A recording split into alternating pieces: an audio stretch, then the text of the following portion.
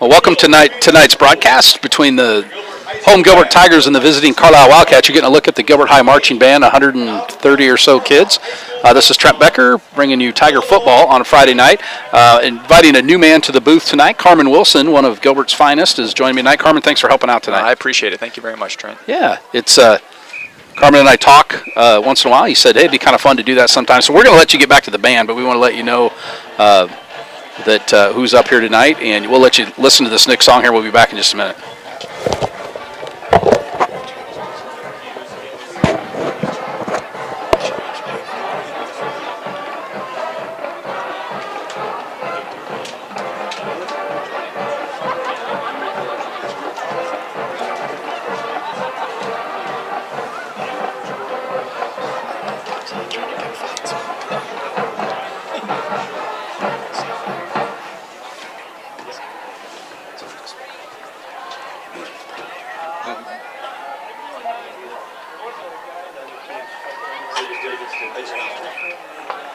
Yeah, he doesn't listen to me.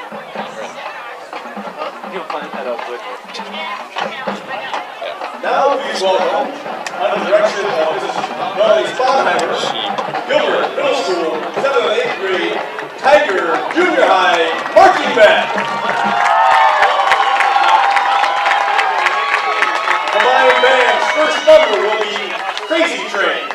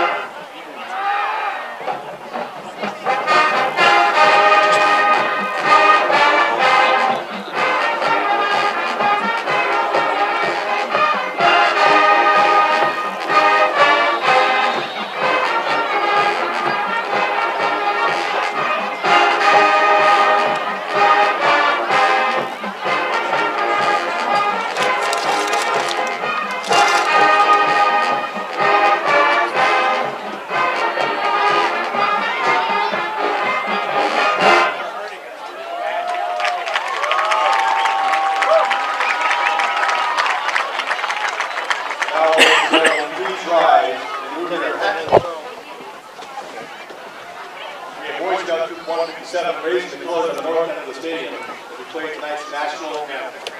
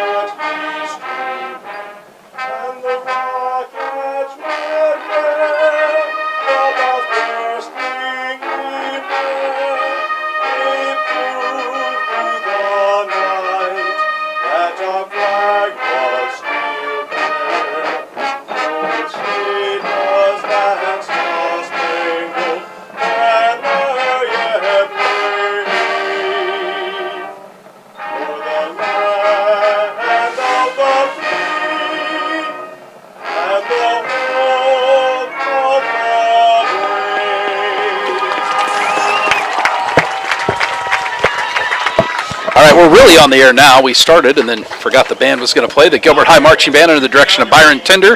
One of the best things we got going here in Gilbert, and he's invited Mrs. Spoonheimer and the middle school band, of which my broadcast partner Carmen Wilson's daughter is playing the flute. Do you know which one she is, Carmen? I do, so I see her right down there. I can't tell because they have stocking caps on because it cooled off. Just a couple weeks ago, we were up here dying. The mosquitoes were carrying people away, and it was about 99 degrees in this press box. But boy, it's probably going to be in the low 50s, I think, before we're done tonight. So let's get back to what we're doing here tonight. They're playing the Gilbert fight song. While I do that, Carmen has prepared some elaborate talking points about what's going on here tonight. I'll let him take that away. Yeah, most certainly. I think the key for Gilbert here is to stop the run. Carlisle will run the ball about 80% of the time. Junior quarterback Tegan Wyckoff has over 240 yards through the air this season, but also is their second leading rusher with over 400 yards on the ground.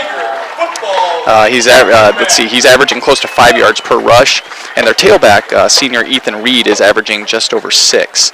Carlisle is second in the district with 1,300 rushing yards thus far this season. Expect a heavy dose of the ground game from the Wildcats. Yeah, so kind of a one-dimensional team, but I actually, with Pat Starr, who's on the PA tonight, broadcast that game from Carlisle last year, and before you looked up, I mean, it was like a track meet, football game being played in the middle of a track meet. They ran the ball that night. Their quarterback had 200 and some yards rushing. I think they had almost 600 yards of total offense against the Tigers last year and moved the ball. I know the record this year 2-3, but if you look at who they lost to, and I'm sure you did, I think Council Bluffs Lewis Central, who's a powerhouse, they're good in 4A and they're down in 3A this year. They lost to Pella, and I can't remember the other team, but Carlisle's a very good team. Don't let that 2-3 record trip you up here. The Tigers just kind of have a tough time getting it rolling this year. They've been in a few games, but the task at hand tonight is going to be a difficult one, like you said, stopping a pretty good running game from the Carlisle Wildcats. Yeah, Gilbert's looking for its first win since August 31st since Roland Story, so it's a 3-game losing streak, so hopefully they can get off the snide here tonight. They can, and Roland Story, a 2A school, and in kind of a rivalry, and really I've seen most of the Tiger games this year. Definitely the highlight this year, playing a very good Roland Story team and beating them. So the Tigers will have this is their second conference game or district game. District, yep. Tonight, the Carlisle Wildcats. I don't believe that Gilbert had played them until a couple years ago, maybe 3 years ago. Now I think this will be the 4th year in a row that they played them. So Carlisle was kind of like Gilbert, a smaller 2A school, and boy, you've seen a lot of growth around the southeast side of Des Moines. If you know Des Moines Easter Lake, that's all Carlisle School District, so that whole bottom corner of Des Moines is in the Carlisle School District, and unlike a lot like Norwalk and Dow Center Grimes, Waukee, those schools that are really growing fast, the Wildcats definitely are. So yeah, I was looking at the stats to kind of comment on what you said, that we've thrown the ball about twice as many times as Carlisle has on the season. Very much and so. Tigers paced by senior Matt Berge, a really good thrower of the ball and a guy who's really been fun to watch the last couple of years, kind of coming to his own. And hopefully he'll find his favorite target tonight, Landon Howard, senior wide receiver, who's got, I think, over half the Does he have half the catches for the Tigers? It seems like it. Oh yeah, most certainly. He's actually leading the district in receptions right now. He's number 25, Landon Howard. He's actually got 4 touchdowns on the year and leads the district with over 400 receiving yards on the season, averaging actually 17 per reception. So definitely a target of the Tigers. And if you throw it in his area, he's certain to call it. The Tigers also lost to Norwalk, who's been very good the last few years, and have ended the Tigers season a couple years ago on this field when the Tigers drew them in the playoffs. Tigers will finish up the season down at Norwalk this year, a place that we have not played since I've helped with the broadcast. So we're kind of doing, this is the coin toss, which has already been decided. I don't know who won, but we'll figure that out in a minute. We hopefully didn't ruin it for all of our viewers. This is actually kind of a pretend coin toss. The senior captains, Landon Howard, Anthony Porter, Jacob Gildehouse, and Matt Bierge will head out to midfield, shake hands as a courtesy to. Now, Matt Bierge hugging each one of the Carlisle players. That seems kind of. Oh, he's not. I was just joking around. I had something clever to say at that point, but I can't remember what it was. Maybe you had something clever to say. Yeah, no, after the hugging comment, I had really went speechless. Well, Carmen, if you've listened to any of the broadcasts, there's a lot of this tonight. It's kind of hard for me to take myself too serious. We'll have some fun tonight. So Carmen's first game, welcome you to the booth and be ready to be electrified. Carmen and I share a affinity for a certain National League baseball team, the Chicago Cubs, and they already won today. So we're both in pretty good mood. We want the Tigers to win tonight, but we felt like we've already had a pretty good day as the Cubs trying to win the National League Central and thump the St. Louis Cardinals this afternoon. And it's hard to believe baseball season can be over with, the regular season here in just a couple of days. We're in the heart of the football season. Beautiful weather. This is football weather tonight, and ready to go. It looks like the Tigers are going to receive. They got the spiffy white pants with the black shirts. We've seen the black on black. They used to have the red on the black. You never quite knew exactly what combination, but I'm a big fan of this combo, the black shirts, white pants. Snaggy costumes. These are new this year, the black. Very easy to see the numbers. The Carlisle Wildcats on your right there kind of give you a little bit of a Kansas City Chief look with the white shirts and the red pants and red helmets with the gold Wildcat on the top. Carlisle has yet to have a touchback on the year, so the Tigers should have a chance to return this one. And they will send back Tucker Hansen. And so last time I called the kickoff, Drew Hatfield's season came to an end. Hope Drew's doing well. I think he's here tonight. I saw him on some crutches wandering around here somewhere. I can't tell who the other deep receiver, if that's Landon Howard. I see it Tucker is 25, yep. I need to grab a program here so I can look at the numbers. So Carlisle runs up and stops, kind of does some chicanery, and they did that on purpose. They didn't go, oh, we're not ready to kick. That is kind of part of how they do it. They'll really kick it. That's a balk called by Corey Adams. The kick is going to be fielded by Hansen at the 10. He's got a few blockers ahead of him. He's going to be zigging and zagging, getting outside the 30 before he's pushed down near the out-of-bounds line by, I think, the kicker, Joseph Donovan, who kicked it. Tigers will start 1st and 10 there. That was a good return to the left side of the field. There was a little hole for him to run through, and he found it. So, yeah, I think if he said, hey, we're going to start at the 20 or at the 32 every time we touch the ball, I think Randy Sneezik and Scott Otter would probably both take that. Tucker Hansen will be split wide to the right. We've seen him in the backfield. We've also seen him split wide out. Tigers will run 2 tight ends tight. Bierge up under center. He's going to send Howard in motion. Long count. He'll turn, fake the handoff, looking to throw. He's got some pressure. He's going to be brought down. Not a good way to start the game. 10-yard loss on the sack. That was just a good rush by Carlisle. They sent 2 guys there on the left side and got a good push. That's not rocket science. He had, looks like is that 80. Brandon Ergenreiter was down in the middle of the field and Howard down the far sideline, but didn't have time to get set up. See if Carlisle continues to put on the heavy rush. Now they got 2 wide receivers, 1 right, left, and they're going to give it underneath to, I didn't see who got the ball. If that was Mitch Johnson, the fullback, he'll get it a lot in that area. Carson Johnson. I'll go with whatever Pat Starr says on the PA tonight. He's got a couple of spotters. I may have to ask you, Carmen, because my eyeballs are a little bit older than your eyeballs. Almost 50 here. 2 weeks, they'll be 50. 2 weeks from tomorrow. Aiden Carr, 32. You'll see him get a lot of carries tonight, too. They've got Howard and Tucker Hansen split to the right. We were talking before the broadcast about how much they missed Keegan Sturdy, a really good wide receiver that started the last 2 years.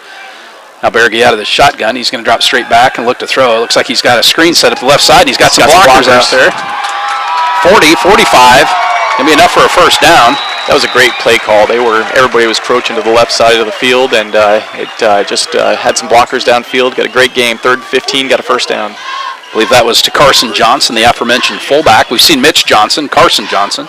So if you're going to play fullback, if your last name is Johnson, you got a pretty good chance of playing. You see 85, Ethan Veazey, who I don't know Ethan Veazey. That's a kid that must have moved in the last few years. 85, I saw he had a couple catches last week. I think he may have had the touchdown pass from Tanner Henningsen. Now back up under center is Berge. He'll give it over the right side to, I think that was Aiden Carr. Boy, he had nowhere to go. Yeah, the left side of that Carlisle line is just pushing the Gilbert offense back. There's just nothing there right now. We can look up the numbers. I'm going to guess Carlisle is probably in the upper half of the 3A schools as far as enrollment. Tigers are going to be, I think they're like maybe the 3rd smallest of all the 3A schools. I'm not making excuses. I'm just saying they've got probably another 100 kids in each in their high school that they can choose from. So it's going to bring up 2nd and 10. The clock's rolling, 9:45. No score early on. Berge's going to drop straight back out of the shotgun. Looks to throw across the middle of the field. He's got Tucker Hansen. Caught it about the 43. Breaks the tackle. One more. He's still going. He's going to get all the way down to the 20-yard line. So Tucker Hansen, great catch and run. Yeah, he was pumping the knees pretty good there. He was determined to keep going down the field. He's doing a great job. I'm not going to lie. Tucker's motivation for that might just be he doesn't want to get hit, but he slipped out of a couple of tackles, did a great job. With Tucker's speed, I think getting him, out in space, as the talking heads always say in football, the out in space, but that's where Tucker can do a lot of damage. He's really fast. Now 4 wide receivers, 3 right, 1 left. They're going to give it underneath to, I think that's Aiden Carr. He cuts out. He's got a block, and he's going to get pulled down from behind. That's going to be a horse collar tackle. That was a great read to bounce it outside. There was not much there up the middle. He did a lot of that work himself. Horse collar tackle is going to be half the distance. So that's only going to end up being a 6-yard penalty, 5.5-yard penalty, but it's going to be real close to a first down. We'll see where they spot it. They needed to get to about the 10 for a first down, and I don't know where the ball spot. I can't see the ball. Looks like it's at the 11.5-yard line. That will be enough for a first down. Well, I think where he dropped the flag, as I was looking at, he actually got a little farther than that. So not real good at math. Even though I work at a school, sometimes I'm not good at the math, half the distance. So Tigers are moving the chains here. It's going to be 1st and 10, ball inside the 10-yard line at the 8. Under center is Berge. He'll turn and give it to Aiden Carr that time, and just not much to go over the left side. They are determined to try and get something going with the run game, try and keep them honest. Yeah, and if you've seen Tiger teams in the past that have really done well and won a lot of games, they could run the ball, and it's just been tough getting that going this year. Aiden Carr, a very good option, though. He's very elusive and hard to tackle. So we've seen Tucker Hansen a lot. We're seeing him exclusively at the wide receiver tonight. We might look for him on maybe a reverse or trick play. Johnson and Carr behind Berge as he's up under center. Long count. He's going to fake and roll right. Play action pass. He's got a receiver open, and that's going to be enough for a Tiger touchdown. Landon Howard hauls it in from 8 yards. That was a great rollout pass play. He was wide open when he cut across the middle of the field. That was a great play. Great play by the Tigers. Yeah. So a really good drive, courtesy of a penalty down here, but they did most of their own using Tucker Hansen as a wide receiver and a good mix of run and pass. Randy Sneezek scripted. I'm guessing those are probably scripted plays, but based on what they see on film. Yeah, I'm sure they saw something in the film leading up to this game that Koenig boots it. It's high and it's good. Tigers with a, I don't want to say unexpected. I don't know if you follow the Brent Moore Power Rankings. Are you familiar with that? I think maybe we've talked about that. Do you know have any idea what I'm talking about? No. Never heard of it. Okay, so there's a Gilbert dad. His name is Brent Moore. His kids play football here. He's an economics professor. One of the smartest guys I know. Really smart, good with big numbers, and he's actually got an algorithm where he takes opponent scores and opponent scores like that, and he's developed an algorithm that he can predict who's going to win this game. And it's really accurate from this week on because they're using all this year's data. Sure. This game was a 19-point. Carlisle was favored by 19 points. Okay. Very, very accurate. Very rare that Brent is completely wrong. Sometimes the scoring margin's a little higher or deeper, but it's not like wagering. It's just done kind of for fun. But he's got a Facebook page you should follow. I'd give unsolicited endorsement of Brent Moore Power Ranking. It's fun to get on there and look at like the biggest. There's a couple of 80-point spreads tonight, and usually look at kind of local area games here. So Matthew Koenig with the PAT. He'll kick off now. With 8:19 to go in the first quarter, Tigers mark up the scorebook first. Landon Howard hauls in an 8-yard touchdown pass from Matt Berge, and Koenig's kick is good. This is good. I like the way this is starting. Yeah, if So you're far. a Tiger fan, you can't ask for much better than this. Good drive. Got some first downs, went through the air a little bit on the ground. Koenig's kick is going to be high. Will be fielded down at about the 10-yard line. I think that's be pulled down. Koenig pulls him down, I think, at the 40. It's a good thing he did because he was going a long way if he stopped him right there. I think that was Troy Schnatters, number 6, on the return. I almost said it was Tucker Hansen. I was looking at the wrong team. Schnatters will get some carries tonight. You'll see a lot. There's another Goodhue. Actually, that was a Goodhue. And if you know Gilbert, there's a Tammy Goodhue. There is. She works at the school, and it's her nephew, I believe, that plays, and that's where she's from. That was Nick Goodhue, 15. So we'll call the Carlisle players as often as we can here as we kind of learn their numbers. Gives over the right side. That's going to be good for 8 or 9 yards. That's Nick Goodhue. His brother, Max Goodhue, last year, I'm assuming it's his brother, was a quarterback and just really, really good, or running back. Maybe he was a running back last year. I think he had the 289-yard night. So if you had him in your high school fantasy football league that night, you'd have won.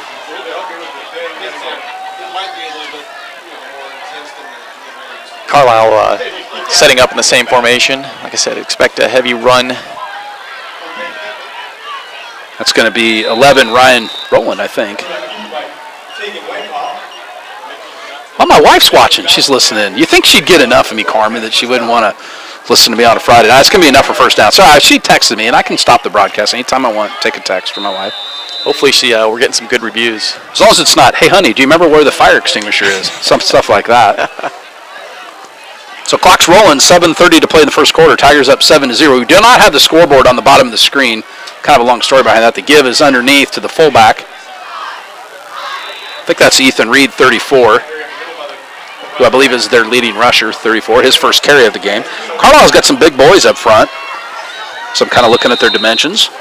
They do have the height and weight in here. They've got a couple guys, 240, 230, 280. Yeah, you can tell they're a bigger school. Their linemen are a lot bigger than ours.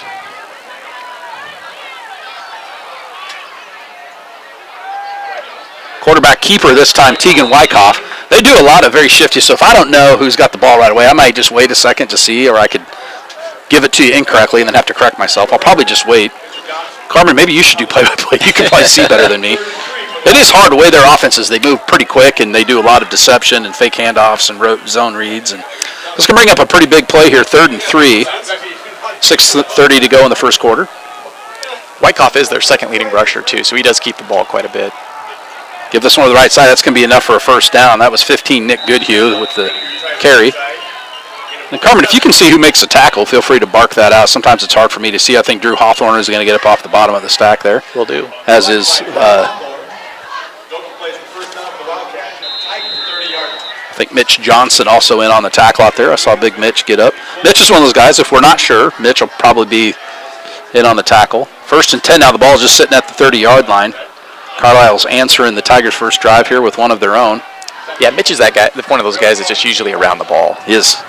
Tigers usually have one of those guys every year, and they're invaluable to your defense. Long count now by Carlisle. They're going to give it underneath to the fullback. I think that's Reed, and he's still going. He's going to get almost 7-8 yards. Yeah, Ethan Reed. I'm having a hard time seeing who's got the ball. They just do I think that's the whole idea, Carmen. They don't want the Tigers to know who has the ball either. Well, if we're confused, they're confused down on the field, too.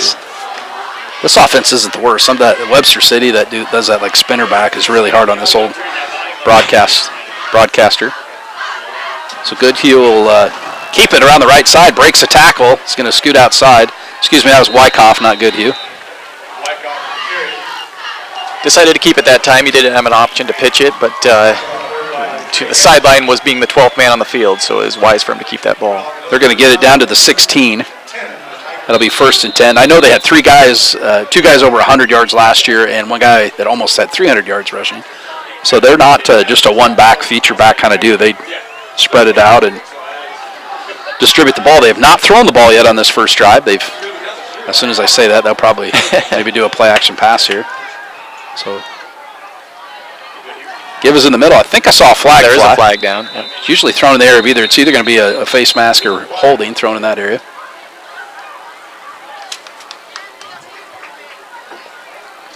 Ethan Reed was the ball carrier, I believe.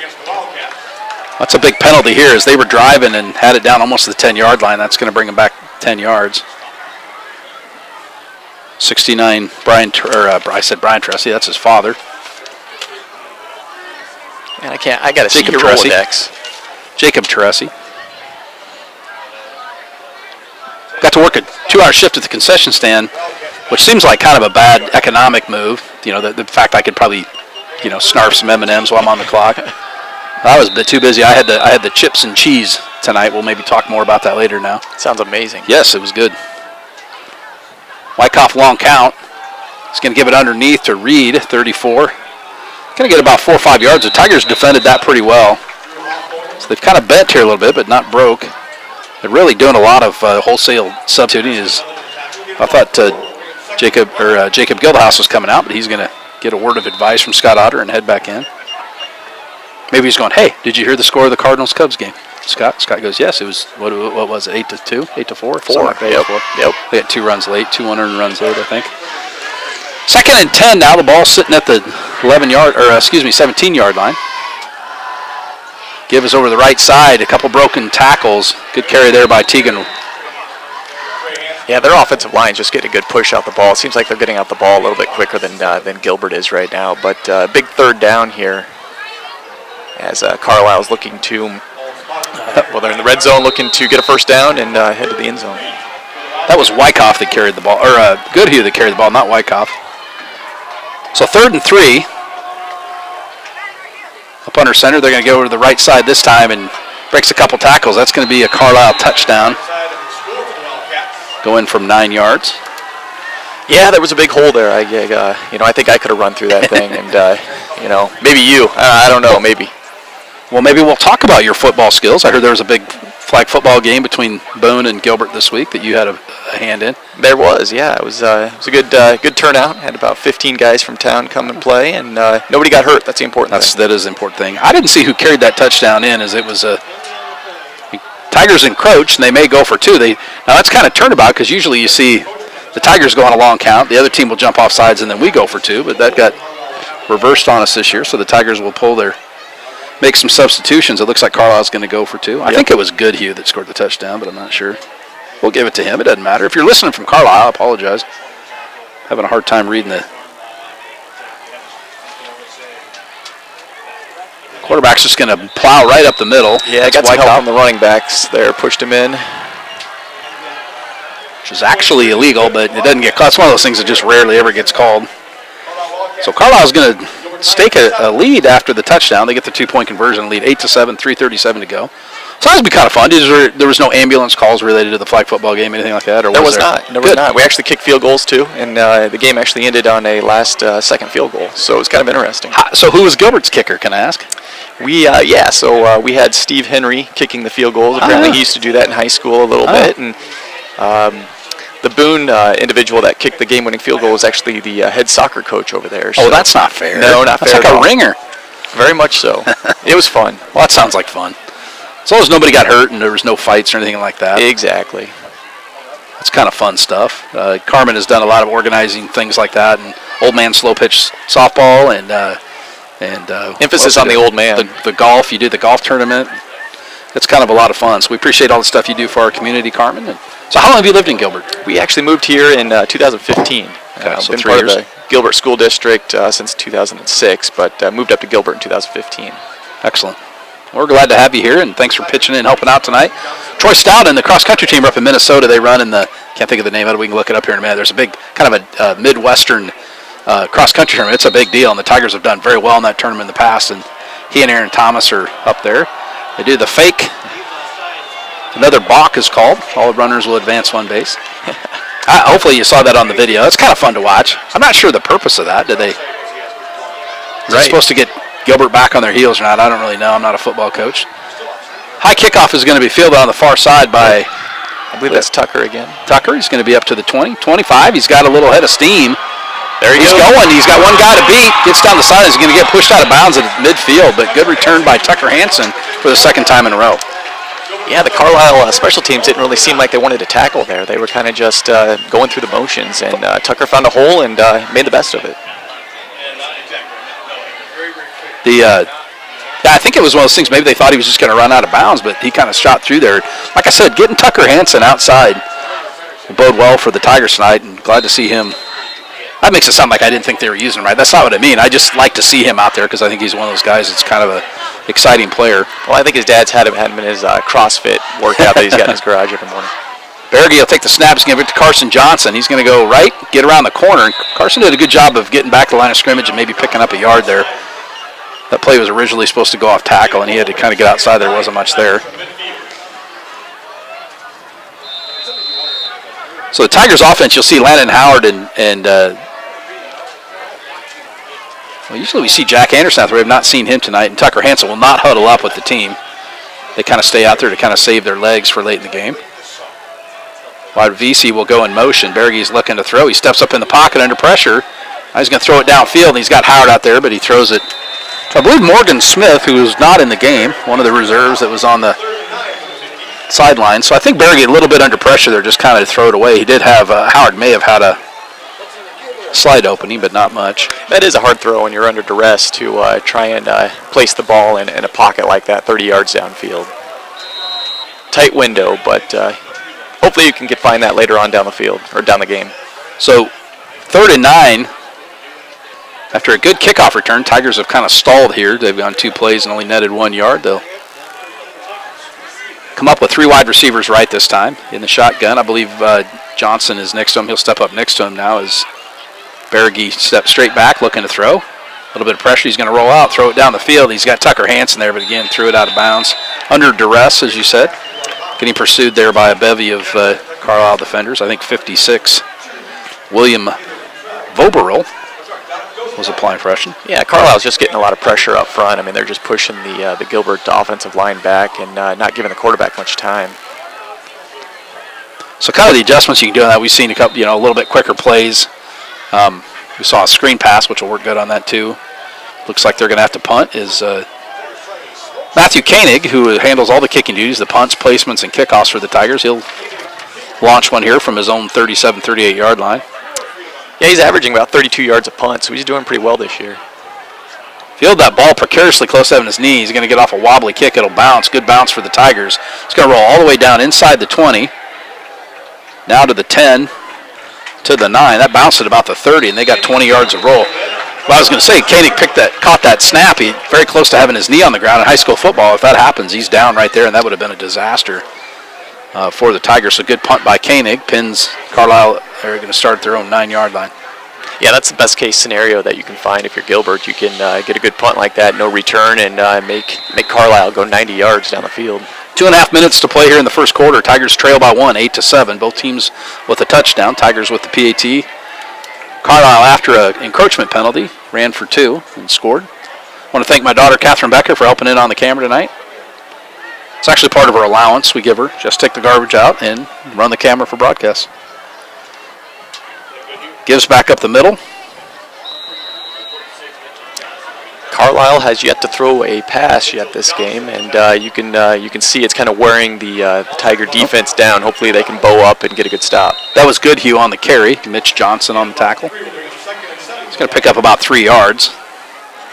Tigers can keep it right there. Not great at math, as I've already mentioned. 3 yards of carry will not net them a first down on a series.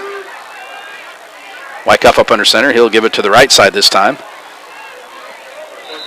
Good pursuit there by the Tigers. I think he kept it. I thought he did. I thought he handed it up underneath. Well, it's by design that they don't want people to know who's got the ball, but it's really hard on this old broadcaster with looking through 50-year-old eyeballs through 2 panes of glass. Got the windows half closed tonight. It's a little chillier out tonight than it's been all season. It's really nice. What a delightful afternoon. So it's going to bring up 3rd and 7 after, I think, no gain on that play. Ended up net no gain. Wyckoff's carry didn't get him any. The clock's rolling, 1.5 minutes to go in the first quarter. A big play here, 3rd and 7. Ball's at the 13-yard line. Wyckoff in shotgun. He's going to look to throw. He's under pressure. Almost got brought down. Now he's going to run and throw the ball. It's going to go out of bounds, incomplete. Tigers had a couple chances at him, and I think it's a good thing he didn't tuck the ball and run because he could have got a first down there. So. I was going to say, he's got lots of grass out there. He decided to throw the ball downfield. I didn't see who was down there. Good pass defense. The sideline kind of as a third defender, but Wyckoff very close to crossing the line of scrimmage as he rolled out. I'm with you, Carmen. I think if he'd have tucked it under, he'd have had enough room to run. So that's going to force a punt here. Wildcats will punt from their own goal line. Tucker Hansen will be standing in his own 45. Tigers figured to get good field position. Yeah, I mean, Tucker does average about 10 yards per return, too. Tigers jumped off sides.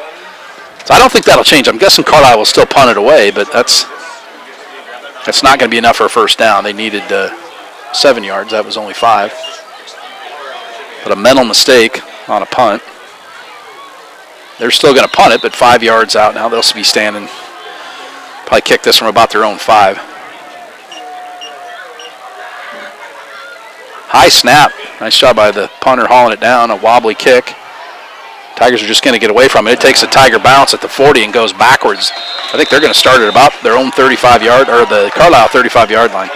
Yeah, Gilbert will have a short field here. Hopefully they can get the offense going. They did have a lot of success that first drive with their passing game, so hopefully they can get that started a little bit. So after the punt and the 3 and out, that's going to net the Tigers about 10 yards from where they had it when they punted. Ball start at the 35, or the drive will start at the 35-yard line.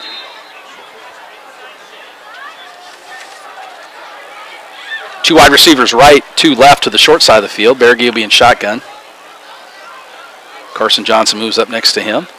Berge will drop straight back. It's a screen pass set up. They throw it across the middle. Howard's got the ball with blockers. He's going to make a cut, breaks off a tackle, and I think he's going to take it in. Carmen, he does. What a fantastic, electrifying run. Screen pass in the middle of the wide receiver screen in the middle of the field, and Howard, when he caught it, he was shot out of a cannon. He's going to go in from 35 yards. That was a great pass play. He had blockers down the field, and he accelerated once he caught the ball. That was a great play by the Tigers. Yep. Good zip by Berge. Howard caught it in stride, never slowed down. So Tigers bounce back quick, recapture the momentum here. It's 13-8. They'll line up and at least show that they'll kick it. Now they go on the long snap. This would be a good time for Carlisle to jump. The Tigers could go for 2, but they don't. They kick it, and it is good. Well, that was exciting. That was. I mean, Gilbert really showed something there. They had a great defensive stop and, immediately turned around and made a great offensive play and turned the momentum in the game. I mean, you can kind of sense it in the stadium here. I mean, the crowd's going crazy, and there's great momentum on the Gilbert side. Now, you might think having Landon Howard in your high school fantasy football team would be good this week, but if you had 7th grader Johnny Stoker, you ever heard of Johnny Stoker? He had 7 touchdowns in the middle school game yesterday. Another reason I know that, they were talking about it in the hall today. Johnny Stoker, 7 touchdowns. I don't know how many yards rushing he had. One of them was a kickoff return. I think he had 6 rushing touchdowns on that. That is crazy. Yeah, mark that name. He's lightning fast. His big brother Joe was kind of a star here, and Joe is probably 25, 26 years old, so they're kind of a big gap between those two, but really fun. I saw him score 2 of them while I was here setting some stuff up and doing stuff, so congratulations to Mike Cruz and the 7th grade team. They thumped Nevada.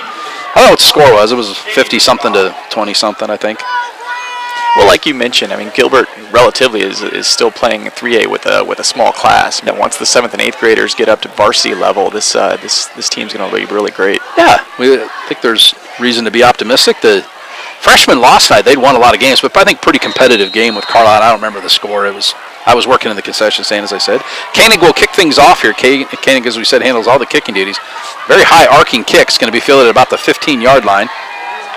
Going to go left, right, and get some blocks. He's got some room to run. He drops the ball, though. I think Carlisle picked it up, but he was trying to switch hands to the outside hand, and Goodhue on the return, and it flew out of bounds. Yeah, nobody touched checking his hands to see. I bet he had some buttery popcorn, Carmen, as he was over on the sidelines. That happens sometimes with kids. They like the popcorn. And adults too. Adults too. But good return either way. They're going to start at their own 44-yard line. Just under a minute to play here in the first quarter. Tigers lead 14-8. Yeah, that's something the Tigers will want to shore up later in the game. That's 2 good returns from Carlisle on kickoffs. I don't know that that's been our best part of our team this year. We've seen several like that. Wyckoff's up under center. He'll send Goodhue in motion. He's going to keep it on the pitch, and Tigers have defended it well. Good stiff arm by Goodhue, but the Tigers are going to tackle for a loss. Wyckoff got absolutely destroyed when he pitched. I didn't see who got him. But Goodhue's going to lose a yard on first down. The Tigers' defense is really looking sharp so far tonight. Yeah, the thing with Carlisle is they're running the ball so much that the safeties and linebackers are creeping up to the line of scrimmage, and they really need to extend the field. So I mean, the fact that they went outside, the Tigers defenders were right there. Well pursued by the Tiger D. The clock's rolling, under 20 seconds to go when this ball is snapped. Tight formation. Gibb is underneath. I believe that's Reed. He's going to get a couple yards, but he's going to get snowed under. He'll pick up maybe 3 or 4 yards. That's going to bring up another third down, and we've said that a lot. That should do it for the first quarter.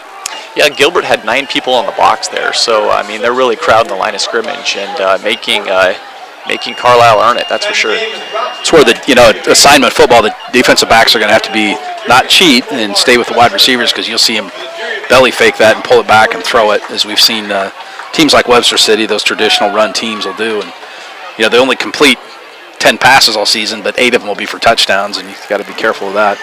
So 14-8. So Carmen, tell us what you do for a living. What do you do? How do you feed the family? Sure. So I'm an underwriter for Nationwide Insurance. I underwrite surety and fidelity bonds. It's not as exciting as it sounds, but I'm thrilled. My heart skipped 2 beats when you said that. My territory is the Southeast, so in the wintertime I do get down to the Carolinas, Georgia, and Florida quite often. So it works out quite a bit. Yeah.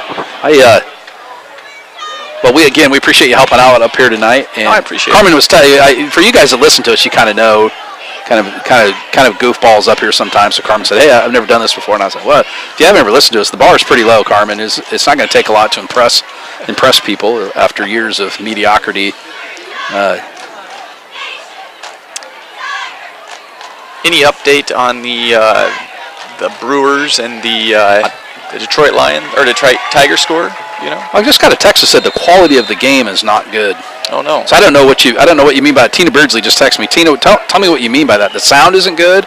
The video's not good. You got to be a little more specific. Ball is Carrie inside here.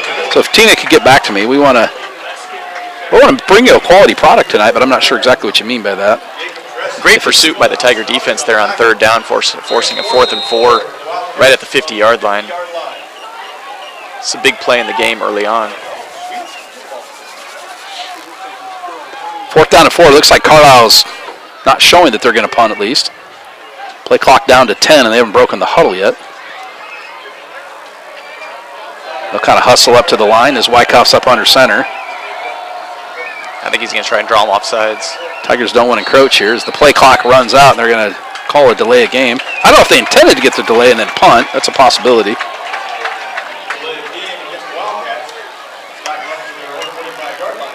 That's 2 quality defensive stops there for the Tigers. After the first possession, Carlisle went right down the field, and ever since then, I don't think they've broken the 50-yard line. So I think Tigers defense is tightened up there, and Tucker's back. Return this punt. Like I said, he's averaging about 10 yards per return. Poor picture quality watching Johnson. Oh, he's got a lane. He's got a lineman to beat. Cuts back in, breaks that tackle. It's going to go down all the way to the 25-yard line. Tucker Hansen having a great first half. Yeah, that was a great return, and great open hole there. Just had one man to beat, and that defender did exactly what he was supposed to, pursued him back inside, and they made the tackle. But we're just getting some reports that the quality of picture is not good, and we haven't changed any specifications on anything that we've done from previous games, so I'm not sure. Well, hopefully they don't have to rely on our beautiful voices, because then everybody's in trouble. Officials stop the play.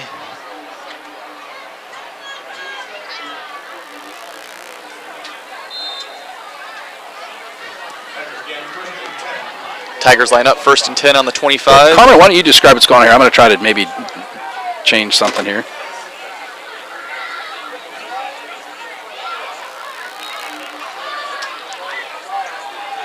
Hopefully that didn't stop our broadcast. I did change a setting that maybe didn't get saved here, so I'm reading the comments underneath on the YouTube thing. That's where I got this. I just want to make sure. We want to do the best job we can.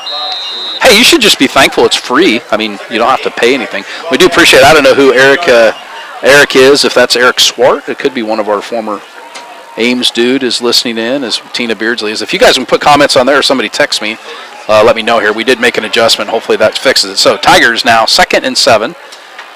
Berge will keep the ball in the reverse. Tucker Hansen's got it. He's going to cut back into the middle of the field, and he's going to get roughed up, maybe get a yard on that play. Yeah, I kind of like the idea that it just didn't really develop very well. Yeah, he cut back inside. There may have been a little room to run on the outside, but Carlisle was in pursuit, so I don't know how much he would have gotten. It was an interesting play call, though, that's for sure.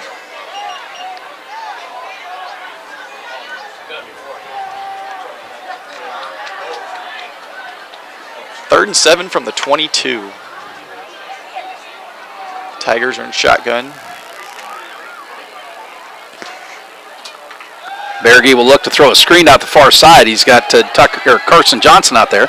Breaks a tackle. He'll get pulled down from behind. It's going to be short of a first down. Just short. So I tried to change the settings. I do think that I found out what the problem was here, but it won't let me change it during a live broadcast. I don't know if I got to suspend the broadcast and then start it. I hate to do that. What if it doesn't work?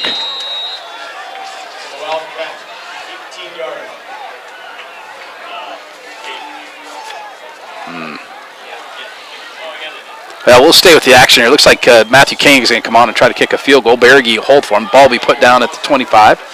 35-yard field goal. This is well within Koenig's range. Ball's placed down. Good kick. It's up. I think he nailed it. Good kick. Great kick. So 9:05 to go in the first half.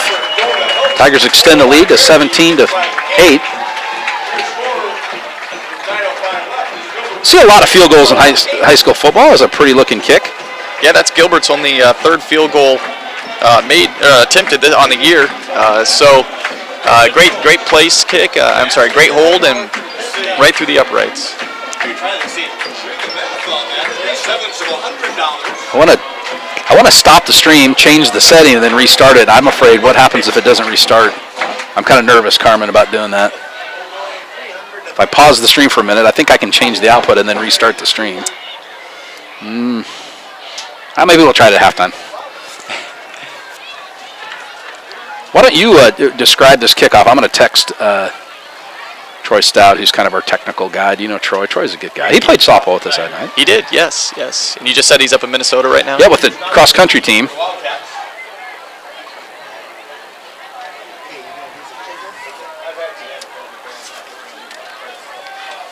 The good news is I think I know what the problem is, which is better than...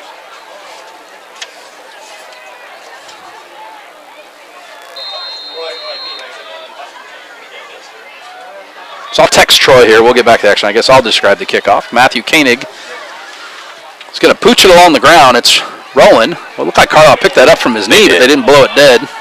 Carson Johnson's going to maul the returner at about the 33-yard line. He might have been up off his knee, but he fielded it closely. Kind of like a shortstop would on a ground ball. Come up and throw it first, kind of like Javier Baez might. So a little bit better kick coverage there that time for the Tigers. They'll start at their own 32-yard line. Will the Wildcats, 8:57 to go in the first quarter. Yeah, the Tigers have forced the Wildcats to punt on the last two drives, and they've kind of collapsed the line a little bit, putting more people in the box, and we'll see if Carlisle decides to go outside or keep them honest with a pass here. Like I said, they don't pass very often, though, running about 80% of the time. Kenyon O'Brien, the cornerback on the far side there, has kind of got that assignment. They're going to give up underneath. Actually, Wyckoff's going to keep it, and he is just crushed. Several defenders there. They'd fake the handoff to Reed. I thought they gave it to him, and it looks like 69 Jacob Teresi. Gil the House was also in there, as was Mitchell Johnson. Yeah, the Tigers' defensive line got a great push there. I mean, they right when the ball was snapped, they had their head on the helmet and ready to roll. That's where you got to really tackle well, because with that many guys in the box, they get by that first line, it can be off to the races.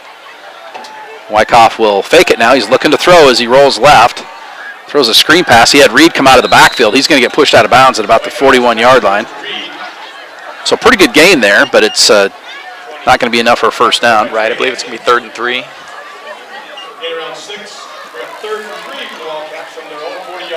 I made a mistake when I started the broadcast. I didn't change the bit setting. That's what it is. So I apologize for those listening out there. I hope the audio is good. At least you can hear us. My mistake. Our technical guy, Troy Stout, is with the boys cross-country team. Coach Aaron Thomas up in Minneapolis running a big Midwestern. So big play here in the first half. 3rd and 4. Ball's at the 40-yard line. Wyckoff under center. He'll keep it. And he's going to get pushed back and actually maybe get back to the line of scrimmage. Carmen, good push again, as you said, from the Tiger front. Yeah, I mean, the Tigers are just collapsing the box. They had a good 7 to 8 guys in there again, and they're just daring them to throw. That's going to force a punt from Carlisle with this spot on the field. Be a little risky to go for it. Usually when I say something like that, they go for it or fake it. Tucker Hansen will go back at about his own 30-yard line to field this punt. 17-8, clock rolling, 7:45. Bad snap. Good kick, though, after picking up the ball. It's going to take another Tiger bounce and bounce backwards. It's going to be batted. That'll go to the point of first touching, according to high school football rules. Actually, any level rules. You're familiar with the point of first touching? You very much see so. him do this. Yeah. It's one of my favorite rules. As an official, it's always fun to do. You get to touch your shoulders. And so the Carlisle went up and touched it at about the 35 and batted it backwards. Yeah, that was like a volleyball spike. So if you bat that forward inadvertently, that's actually a penalty, illegal batting, but it's batted backwards. I know the football rules pretty well. I don't know them as good as my brother's on a varsity crew that's working Gilbertville Don Bosco and Northwood Kensett, 2 ranked undefeated teams tonight. He's got a big game. Hopefully it's going well for him. I just usually tell him my advice is don't screw it up, brother. Three wide receivers left, 1 right. Berger will take the snap and look to throw. Down the middle of the field, he lobs it out there. He's got Landon Howard. He'll catch it about the 40-yard line. He get pulled out of bounds. Joseph Donovan out there in pass coverage, but good toss by Berge and good catch by Howard. Yeah, Howard, he's I believe that's his 24th reception. No, I'm sorry. I'm guessing he's over 30. I think he came in at 27. 24th reception on the year, and well over 400 yards. You can see the reason why he's leading the district in receiving yards. He gets some separation there on the defensive back. Separation. He's tough after he catches the ball. He runs good routes. Landon Howard, again, I've watched a lot of high school football here in the last 7 or 8 years. He's as good a wide receiver as I've seen. Ball given on a reverse to 14, Ethan Newell. He's going to get around the right end and get close to 10 yards. I'm so not used to seeing him carry the ball. I couldn't remember who it was. Sorry about that. 14, Ethan Newell with a nifty carry on the reverse. We've seen Landon Howard on the reverse a lot, and I wonder if maybe they'll slow that down a little bit to keep Landon from getting beat up so much. He's got a bad shoulder he's left-hander on his right shoulder. He's given him all kinds of fits this year. I know his dad told me he's going to have surgery when the season's over so he can be ready for baseball season. Howard at the top of the screen on the short side of the field. Now Newell goes in motion. Give it underneath to Aiden Carr, who is viciously thrown to the turf. Yeah, there was nothing there. Tigers been utilizing their speed all drive and decided to try to go up the middle, and just nothing there. So at halftime, we're going to try to adjust the bid. I don't want to lose the broadcast. If we lose it then, we have a chance of getting it back on the air for the second half. So I apologize for the technical. Part of me would say, did you really expect this to go off perfect? Because Troy Stout, who's done so much work for this, and if you know Troy, he's a technology teacher at the middle school and one of the best guys in this town. Another guy that does a lot of heavy lifting in this town, and we appreciate all the work Troy's done this year and getting all the new stuff. And so Berge under center now. Second and about 11, long count. There was a flag. Delay of game. The Tigers not aware the play clock had ran out. I wasn't either. So 2 delay of game penalties. We've gone weeks without seeing any, and we've seen 2 here tonight, 1 on each team. Carlisle may have taken theirs on purpose. I don't think we meant to do that on purpose. It was 2nd and 11. Now it's 2nd and 16. Tigers will run their pass package back in and probably try to throw it here on 2nd and long. Chad Olson, my neighbor down the street, he's 3 doors down. He said the feed's working fine. Chad, what's the picture look like? Is it low quality, high quality? Maybe describe that to us a little bit. Now to the shotgun, Berge's going to drop straight back. Step up in the pocket. Plenty of time to throw. He's got a receiver, Anthony Porter, across the middle of the field. Porter took a lick, yes.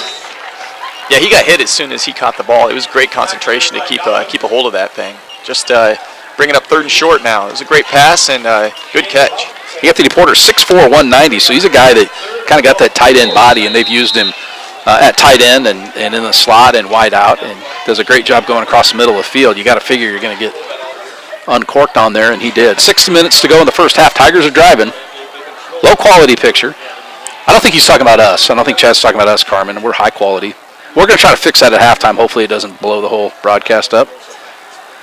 10 years ago, we were all in analog. So. Yeah, there you go. Throw down the corner of the end zone. Porter's going for the jump ball. A lot of hand fighting down there. They're going to not throw any flags. I think that was probably a 50-50 ball. I'm not sure that both Yeah, the both guys were right kind there. of pushing. It was a good play on both ends. The Gilbert player had a chance at it, but the defender was right there, so can't fault him at all. I haven't seen the dimensions of that cornerback on that side, but he's not as big as Anthony Porter. Anthony had a pretty good shot at catching that, but I think at the last second, corner on that side got a hand up. That's 22, Bryce Murray, that was on coverage there. They're going to try another field goal. Matthew Koenig with a busy night. This ball will get put down at the 28, and the Tigers are going to have to call timeout. I don't think they had enough players on the field, or they had too many. 1, 2, 3, 4, 5, 6, 7, 8, 9. They only had 10 guys on the field.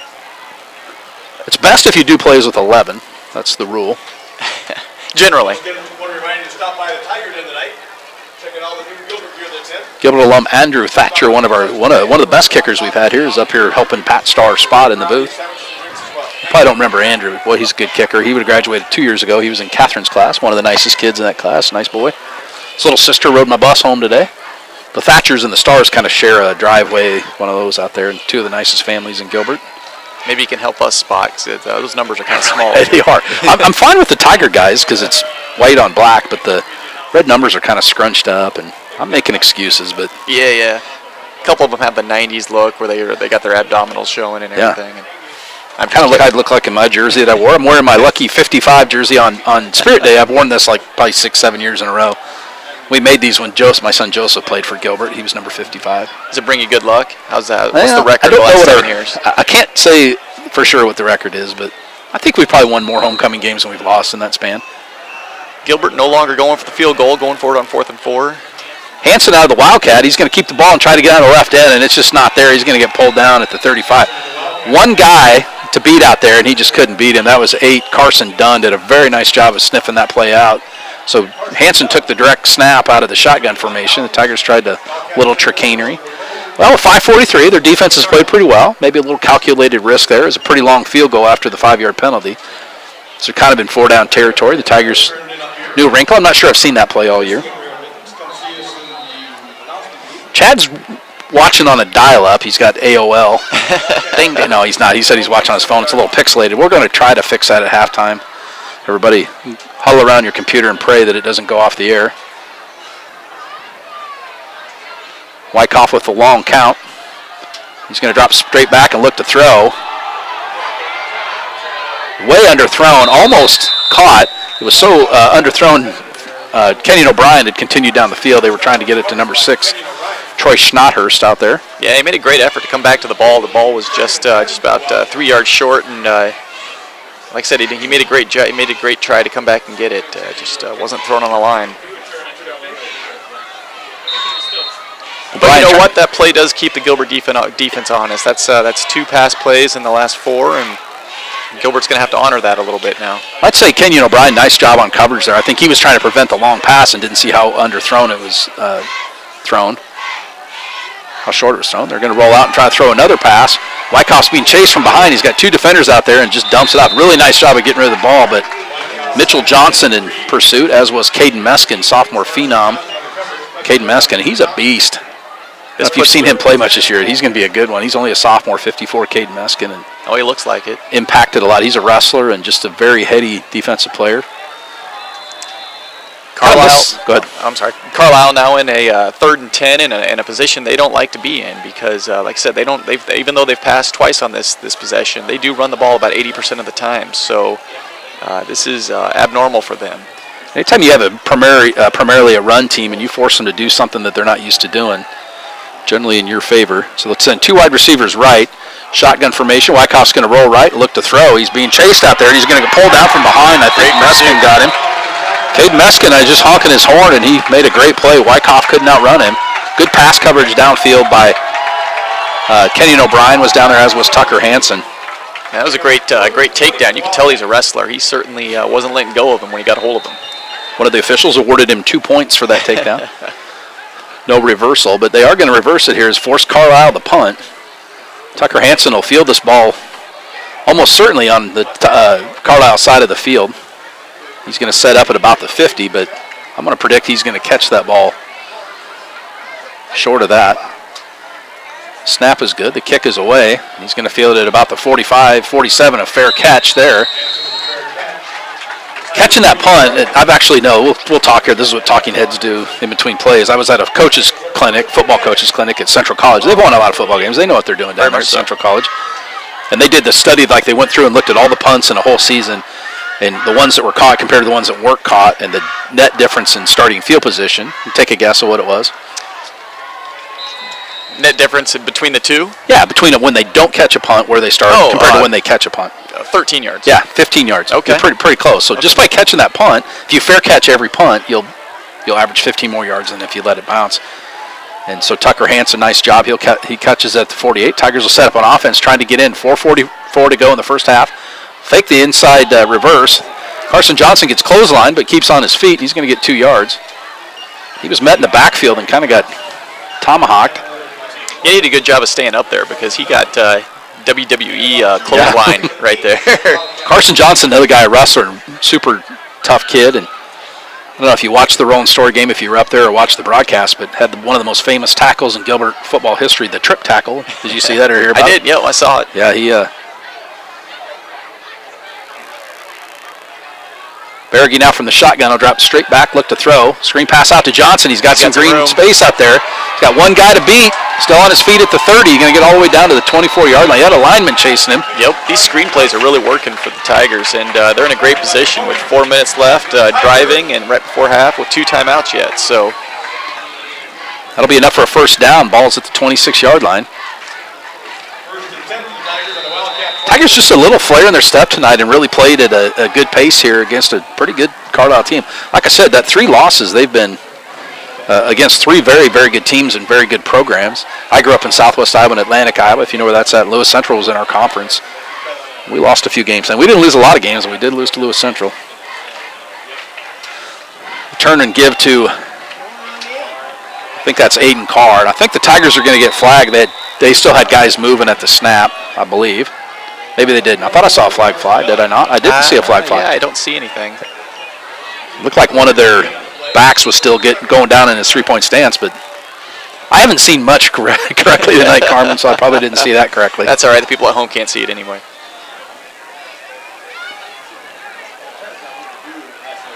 So bring up 2nd and 10. No gain on that play. Berge will come up under center now, I formation. Carson Johnson and Aiden Carr behind him. So Carlisle got jumped, but I think the Tigers moved first on the right side. Yeah, the right guard jumped offsides. Falsely started. You can do that in Canada, Carmen. In Canadian football, you cannot do that in high school football. I did not know that. So it's been a good high school football game. Tigers lead 17-8, and just been a pretty good, evenly matched football game so far. Yeah, you mentioned they've got another extra step in their momentum here. It's not like it's homecoming or something, right? Tigers are going to call timeout. That's their second one of the half. I'll check the score. I'm sure there's a lot of fans at home that are in their living room that could just look this up, wondering what the score of the Milwaukee's ahead 4-3 in the 4th inning, it looks like. Well, it's early. It's all right. Cubs have already won. Put the pressure on the old Brew crew. Brewers are a good team, though, and I'm trying to remain objective, and Brewers are a very worthy opponent. Been a fun team to watch all year, and I've seen them play a couple other teams when the Cubs aren't on, and it should go. This is fun, getting right down. This is what it's supposed to be like. 2 teams kind of chasing each other. And do you know the last time the Cubs were not in first place? Do you know the date? I do. I looked it up on the internet. What is the date? July 13th. Okay. It was right before the All-Star break. They went into the All-Star break in first place right before the All-Star break. They've been in first place ever since then. Now, I think the biggest lead they've had has only been 4 games since then, though. The Brewers have stayed right with them the whole season. Yeah, I mean, the Brewers haven't been in the playoffs since 2011, so that's one team I don't really want to play. No, I don't either. I don't want to play them or the Braves. 2 wide left. Howard's going to come in motion. They're going to give it to him on the inside reverse. Breaks 1 tackle, spins out. He's still on his feet.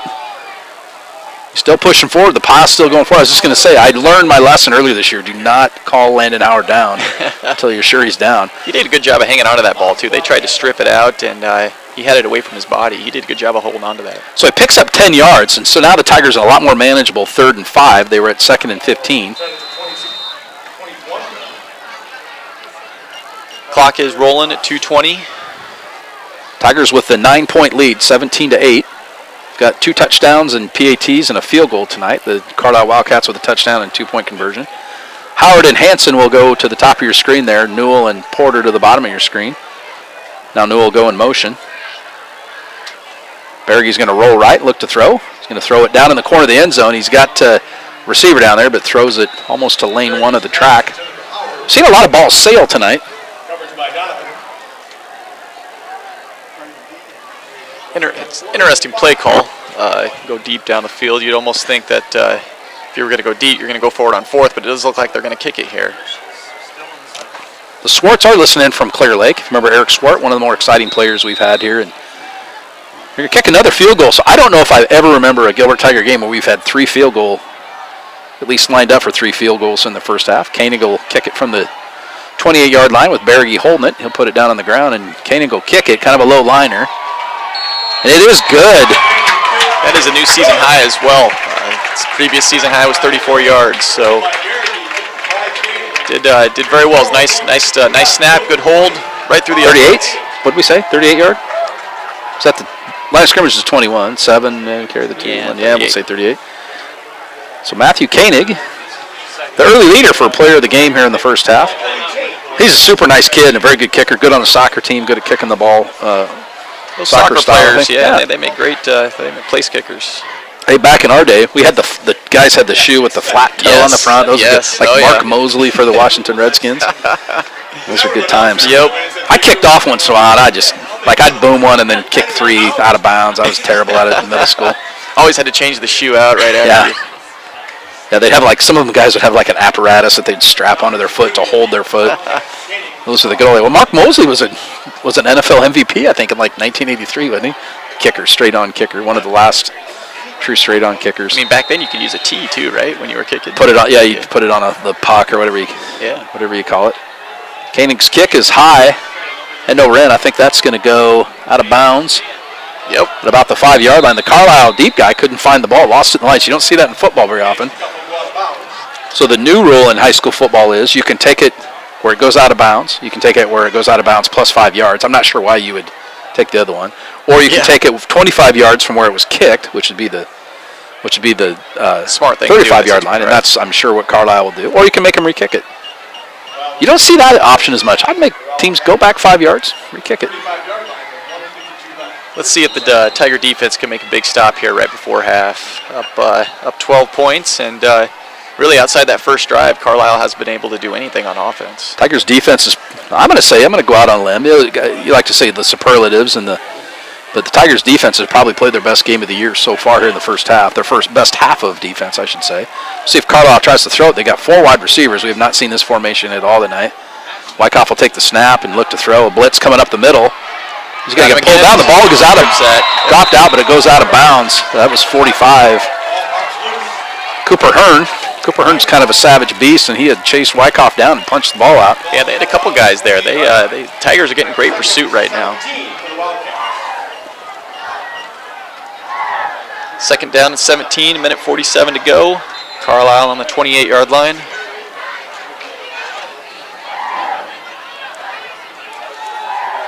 Wyckoff in the shotgun formation. He's just going to step up, and Wyckoff's going to get mauled to the ground. The ball's on the ground, but Carlisle's going to get this one. That Tiger defense is jacked up. They are in hot pursuit. So two I'd say sacks, 2 consecutive sacks. I know Wyckoff was out of the pocket on the first one, but they've gotten to Wyckoff twice now. Third and about the distance between Banford Park and my front porch. Definitely, you could tell the last 2 were passing downs, and the Tigers are just pinning their ears back and going heavy at the quarterback. We'll see what they do here if they decide to go for it or just try and run some clock. We will watch the Coronation at halftime. People are asking about that, about whether we'll show that at halftime. We, of course, will. I don't even know who's on the court, but we'll call that action for you, and then we'll hopefully get the band, just a little bit of the band playing. Wyckoff's going to drop back and throw again. They throw a screen pass out in the flat, and it's well set up. But Mitch Johnson is going to give a chase, and Hansen's going to shove him out of bounds. And they just got back to the original line to gain, which was at the 35-yard line. It's going to bring up 4th down. And it stops the clock with 48 seconds, so the Tigers get to save that last time out. They'll get the ball back here, 4th and 12, I should say. Pretty well-designed play, and I think Mitch Johnson had sniffed it out and kind of got out there and ran a little interference that allowed Tucker Hansen to come up and run him out of bounds. Tigers are a little confused. Going to have to use their last timeout here. We're not going to shut down the camera at halftime. I forgot about the Coronation. Some people are asking about that. We're not going to mess that up. We've already messed up enough tonight, so timeout. Was that the Tigers that took the timeout? Or they Carlisle? did. They were having people running onto the field. A little confusion out there. Had to use their last timeout. And on a punt return, you definitely want to make sure you have the right personnel on the field. That's kind of a big play. The Tigers going with some spiffy coats I haven't seen him wear. Scott Otter's in his customary shorts. He'll wear shorts until November if you let him. Those coaches, though, I mean, they're a fiery bunch. Yeah. I mean, they stay insulated. Pretty good group of guys. The Tigers getting chastised by the official. You can't have 5 coaches in a huddle. I think you can only have 1. And you can have student managers, but you can't. The Tigers tried to sneak a couple extra coaches into the huddle.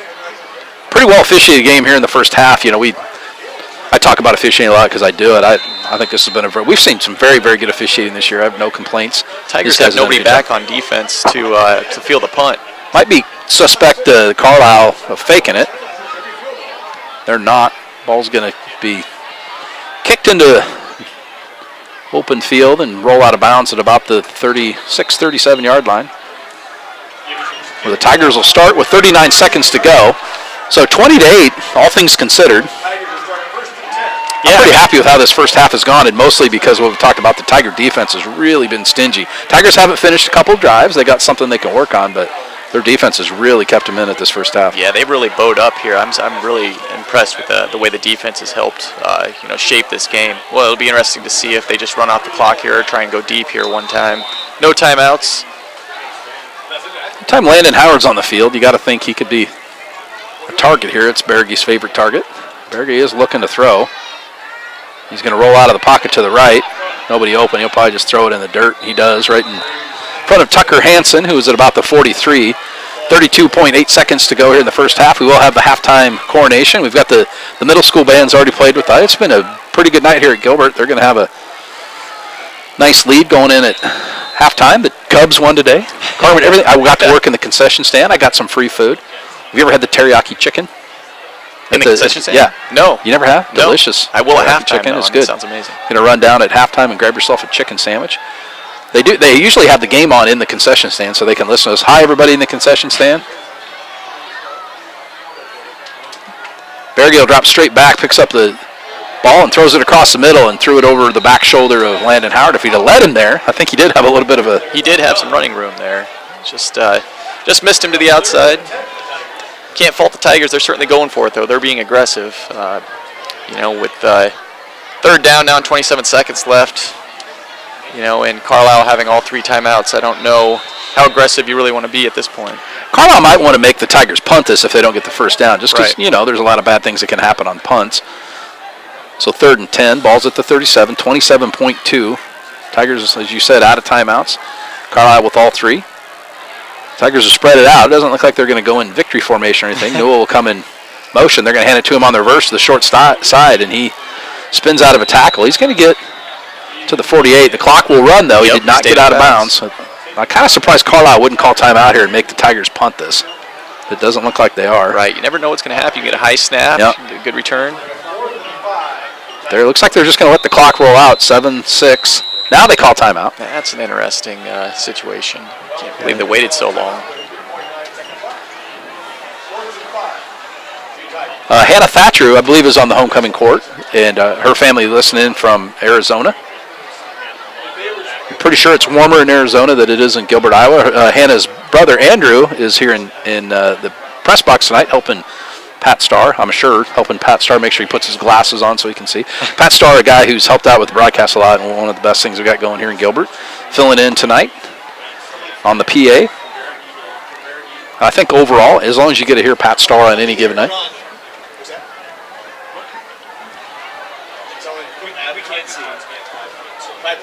5.2 seconds. They're going to reset. I thought that maybe a second and a half might have rolled off the clock. 5.2 seconds remaining in the first half.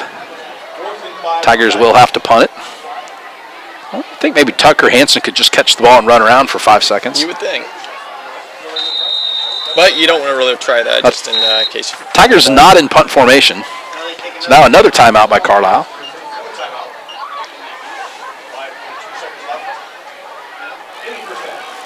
So did you ever get to play any sports at Carlisle? Grinnell? In Grinnell? 3A school. You guys probably 3A played school, each other. Yep. Yeah, actually, when I was in Grinnell, we played Knoxville, Oskaloosa, Pella, South Tama. We never played any of the Des Moines teams until we got to playoffs. Mm-hmm. I don't hear you as well as I did just a minute ago. I don't know if your microphone got bumped. Maybe put it a little closer up. There you go. Sorry about that. That's better. Tigers were in the same district as Grinnell here a few years ago and played home and away. Yeah, I played them in the playoffs up here a couple years ago. Played Grinnell? Yeah. Really? I don't remember that, but I don't remember what I had for lunch today. Well, thanks for our listening audience tonight. I think there's actually a way you can kind of look and see how many people, but it's probably go right to my head. It'd be kind of an ego situation where I'd get cocky. Tigers are lining up to punt now, playing mind games with the Carlisle coaching staff. It's like 20 people or so. I'll take it. Now the Tigers are going to punt. Newell will come in motion. Koenig will catch it and boot it away. Kind of did the short step and punt. Ball's going to bounce and take another Gilbert roll. It's been that kind of half. The clock has expired, so this won't really matter. The ball will keep rolling, and the Tigers will go into halftime up 20-8. A pretty good first half of football. You know, the Tigers beat Roland Story, lost a close one week 1, beat Roland Story week 2, and then coming off consecutive losses to Boone and Boone, who we played last week. I'm totally drawing a blank. We lost to Greene County in there. Seems like something I should know. But Gilbert had a great first half. Their defense was able to stand up most of the outside that first drive by Carlisle. Their defense really bowed up and stopped them. weren't allowing them to get their running game and forcing them outside their comfort zone. The last 2 or 3 series, they were forced to throw the ball, and you could tell that's something they don't like to do. So they lost to Ballard last week, 48-23. Sorry about that. The Ballard Bombers, who their homecoming game last week. We always played in our conference. Back when they had conferences, we didn't have district football when I was in school. So we could kind of schedule whoever we want. Well, we'd always schedule either Shenandoah or Red Oak because we usually whoop the... And if you're an alumni of Shenandoah or Red Oak, you know what I'm talking about. You're not even mildly offended by that. But I remember a couple times beating Red Oak like 70-0 on homecoming. Can but should need to. So Troy's listening in. Hopefully he's listening. I don't know if he is. He thinks I can change the setting without doing that, so I want to try it again. Please welcome the 2018 Gilbert High School Tiger Football Varsity Marching Band. All right, I'm going to try to bump it up to 720. Try when I do that, I get an error statement that says error updating live broadcast data to the server.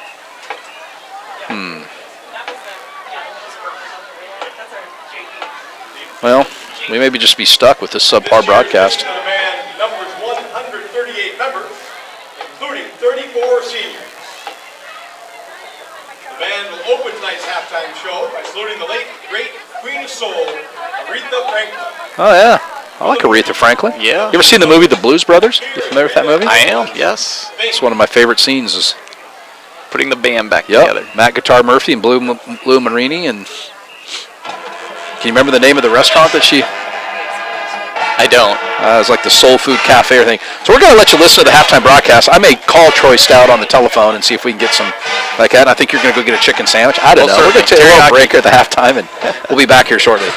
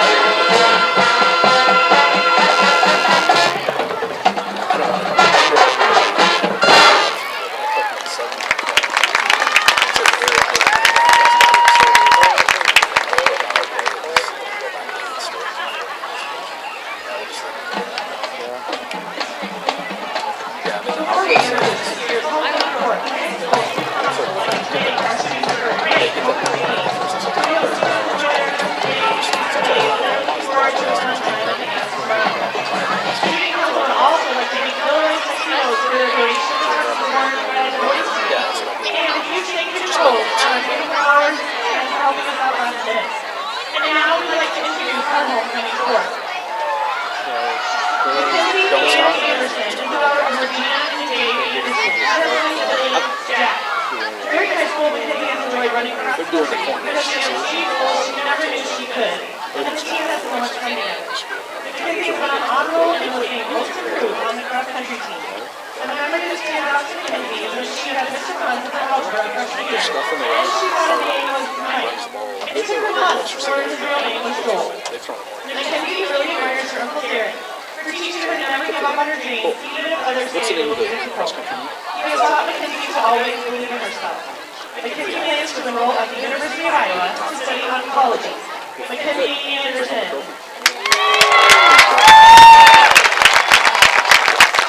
Danielle Baltimore is the daughter of Chip Baltimore and Danielle Banks. Danielle has one brother, Blake. During high school, Danielle has really enjoyed cross country because of all of the friendships and inside jokes the team has. Danielle is a member of National Honor Society and has been on honor roll throughout high school. One of Danielle's favorite high school memories is when there was a water main break and she got 3 more days to finish her speech in English, which she really needed. Danielle admires all the people who have helped her become the person she is today, especially her parents. After graduation, Danielle plans to go to college. Danielle, Baltimore.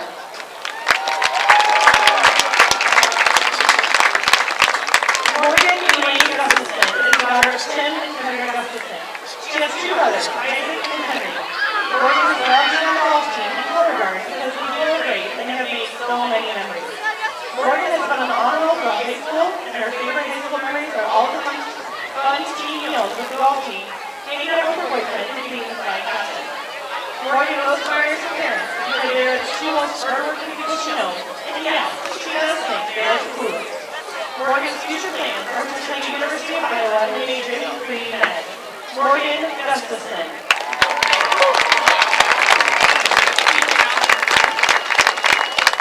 Victoria Caroline Strong is the daughter of Eric and Susanna Strong. Victoria has 2 sisters, Becca and Charlie. During high school, Victoria has most enjoyed track because of all the fun memories for the state track meet, except the sunburns. She has also enjoyed youth group because she gets to worship with her church family. Victoria is a 3-year letter winner in track and is an SCA leader. Victoria's favorite high school memory is wearing Crocs to school every day during her junior year. A person Victoria admires is her grandpa John because he's so patient, selfless, strong, and one of the funniest people she knows. And in the fall, Victoria plans to go to the University of Iowa to study psychology and eventually get her master's. Victoria Strong.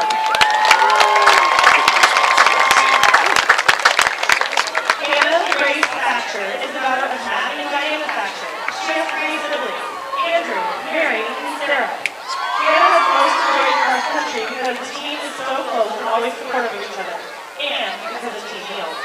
Diana is a National Merit Scholar semi-finalist, was selected to the all-conference team in soccer, was 2-time most improved on the cross country team, and was named best bus driver on the basketball team.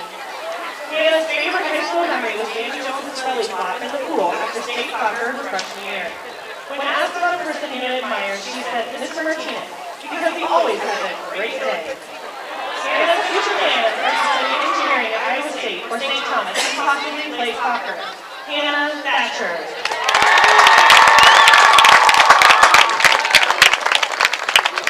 Kyle Max Grosnickel is the son of Dean and Janet Grosnickel. He has 1 brother, Caleb. Kyle's favorite high school activity has been band because everything about it is awesome, except moving equipment. Kyle was selected to the All-State Orchestra and is a member of the self-proclaimed greatest cat band in the world. One of Kyle's favorite high school memories is playing Mr. Tinder basketball and getting torched. Kyle also really admires Mr. Tinder because he is always looking out for others and truly cares about their success. Kyle's future plans are to go to college and major in instrumental education. Kyle Grosnickel. William Andrew Johnston is the son of Belle and Chris Johnston. Will has 2 sisters, Lizzie and Kelly. Will's favorite high school activity has been jazz band because the bus rides are legendary and the jazz banders are the coolest people in the world. Will was honored to be best individual cowbell player at the mythical Pet Band State Championship. He states his favorite high school school memory is late night gaming with the boys, chilling with his girlfriend, and the time he and Kevin got Casey's donuts for Schreier's Success Center. Will most admires his dad because he's such a perfect example of what a man should be. And in the future, Will plans to master all four elements, defeat the Fire Lord, and restore balance to the world. Will Johnson.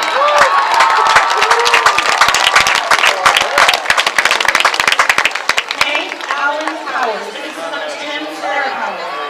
Hank has 3 siblings, Mason, Elise, and Tate. Hank's favorite activity in high school has been cross country because of team bonding, and he was named most improved on the cross country team. One of the moments that stands out to Hank is when he bonded with the boys in the Village Field class. Hank most admires Mr. Jacobson because he's pointing high schoolers like Hank in the right direction. Currently, Hank's future plans are undecided. Hank Powers.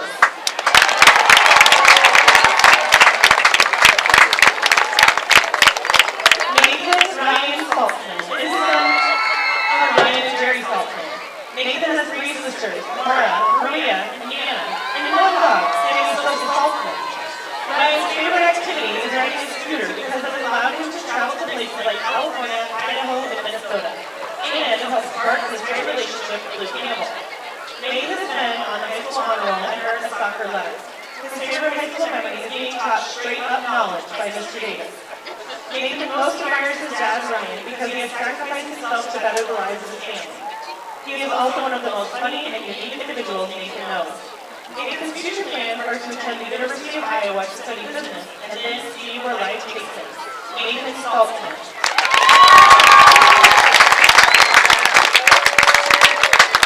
Jack David Anderson is the son of Regina and David Anderson. He has one younger sibling, Mckenzie. Jack's favorite high school activity has been basketball because of the love of the game and playing with his friends and meeting new people. Jack has been on the honor roll throughout high school. His favorite memory was singing karaoke with Hank in the Village Field class. Jack admires Mr. Davis because he always knows how to put students on the right path.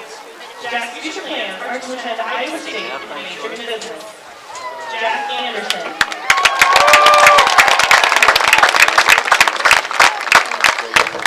We would like to welcome back last year's Queen, Trudy Chauffeur, and King Garrison Holt, who will be crowning this year's Queen.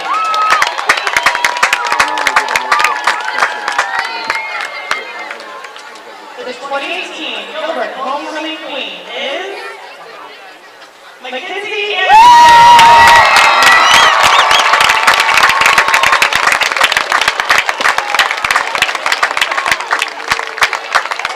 And this year's Homecoming King is Kyle Grossman.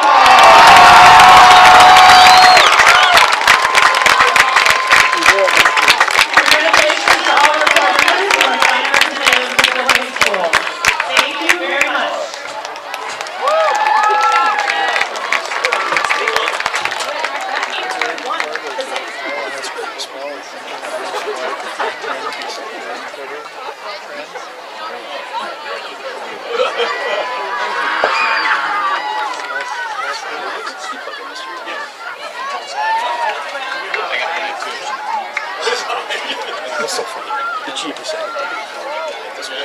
Board members, if we could do all together as a team for a group photo, that would be great.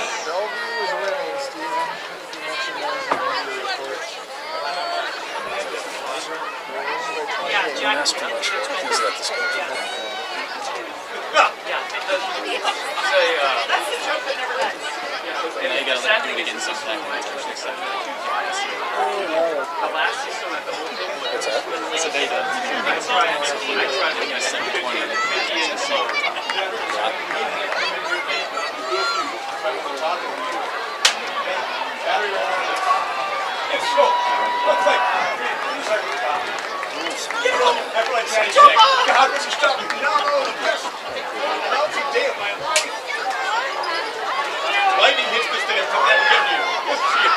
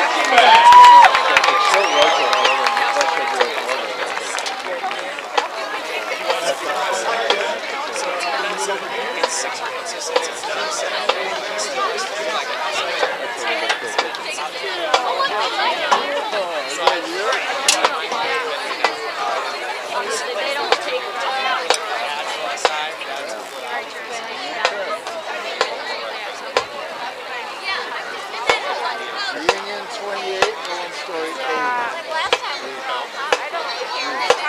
Union 28, Owen Story 8. Report second. You said your knee was bothering you. I'm a little worried about it.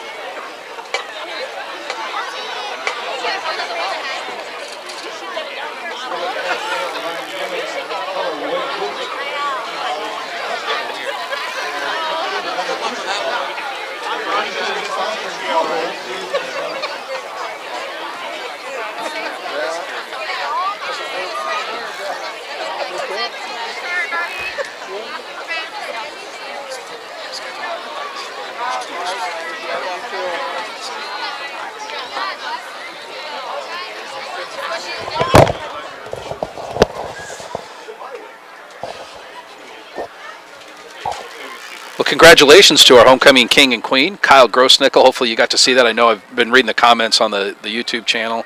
And again, we're really sorry about the resolution issue. That is my fault. When you start the broadcast and start the stream, you can select, and I forgot to do that. And so we're kind of stuck at that 420 instead of the or 240 instead of the 720 for the rest of the broadcast. I tried to change it, it didn't work. I believe I'd have to stop this broadcast and schedule a new one to change that. So we're really sorry about that. And hopefully the audio is okay, so at least you kind of know what's going on. And we'll kind of keep plugging along here. The Tigers lead here at halftime, 20-8. It's been a fantastic first half, and congratulations again to Kyle Grossnickel and Mckenzie Anderson. So did see her brother Jack was on the sidelines. He's in uniform. We haven't seen him play here in the first half. I suspect he's probably got some sort of injury or something that's keeping him out. We've seen him most of the time out there where we've seen Tucker Hance right now, and hopefully we'll see him in the game before the game's over maybe. But Mckenzie Anderson, her twin brother Jack, also on the homecoming court. My twin brother Trey and I were not on the homecoming court. That was usually reserved for good athletes, good students, handsome guys, things like that. We did not. The great thing about Mckenzie and Kyle is they're both great individuals, both in the community and the classroom too. So two more deserving people. I don't know of any. I'll tell the story. I think maybe Mackenzie's got some family. This is kind of funny. When she was in like maybe 5th or 6th, probably 6th grade, I had her in lunch duty. I was the lunch supervisor. Okay, and I'd walk around, try to talk to the kids. Sure. Impact their lives, Carmen. I got nothing else to do. I'm just standing there making sure nobody's throwing peas or nothing. I might as well fraternize a little with the kids. So Mckenzie Anderson was in there and kind of talking to her. She was always just a super nice kid to me, and I like twins because I have a twin brother, so I'm making like that. And one day she told me, she looks at me, she goes, "Mr. Becker, you're kind of like my school dad." And I said, "Oh, really, Mckenzie, why do you say that?" She goes, "I don't know. You just kind of look after us here like a dad would at the school." And I was like, that might be the nicest thing a kid's ever said to me. Yeah, that's amazing. It's kind of sad if I would be your dad, but I appreciate that. And Mackenzie's really neat to see her grow up, and what a outstanding kid she's turned out to be, and her brother Jack, too, very nice kids. And Kyle Grossnickel lives down the street from me. His dad and I are very good friends. We go to the same church, Cornerstone Church of Ames, and I've gotten to see Kyle and his brother Caleb grow up. Caleb escorted my daughter to homecoming one time. Caleb Grossnickel, and she doesn't have her headset on. Kyle's big brother Caleb took my daughter. How many years did you go to homecoming with Caleb? Just once? Once or twice. They're good friends. It wasn't a romantic situation, but they went a couple times, and like I said, good friends with his dad. And Caleb's just one of those kids that makes things funner. I always kind of use the analogy like movies that put penguins or monkeys in it. Oh yeah. Kyle's kind of like penguins and monkeys. You just, whatever you're doing, it's funner if Kyle's there. Yeah. And Kyle, I've seen Kyle. We did a couple of the community theaters where Kyle was in the orchestra pit playing the trombone. Okay. And just a fun kid to be around. And congratulations to both of those guys. And the good news is we'll get to see Kyle again next year when he comes back and puts the crown on somebody else's head. Hopefully he'll come back. Garrison Hulk, back from last year, if you know Garrison Hulk.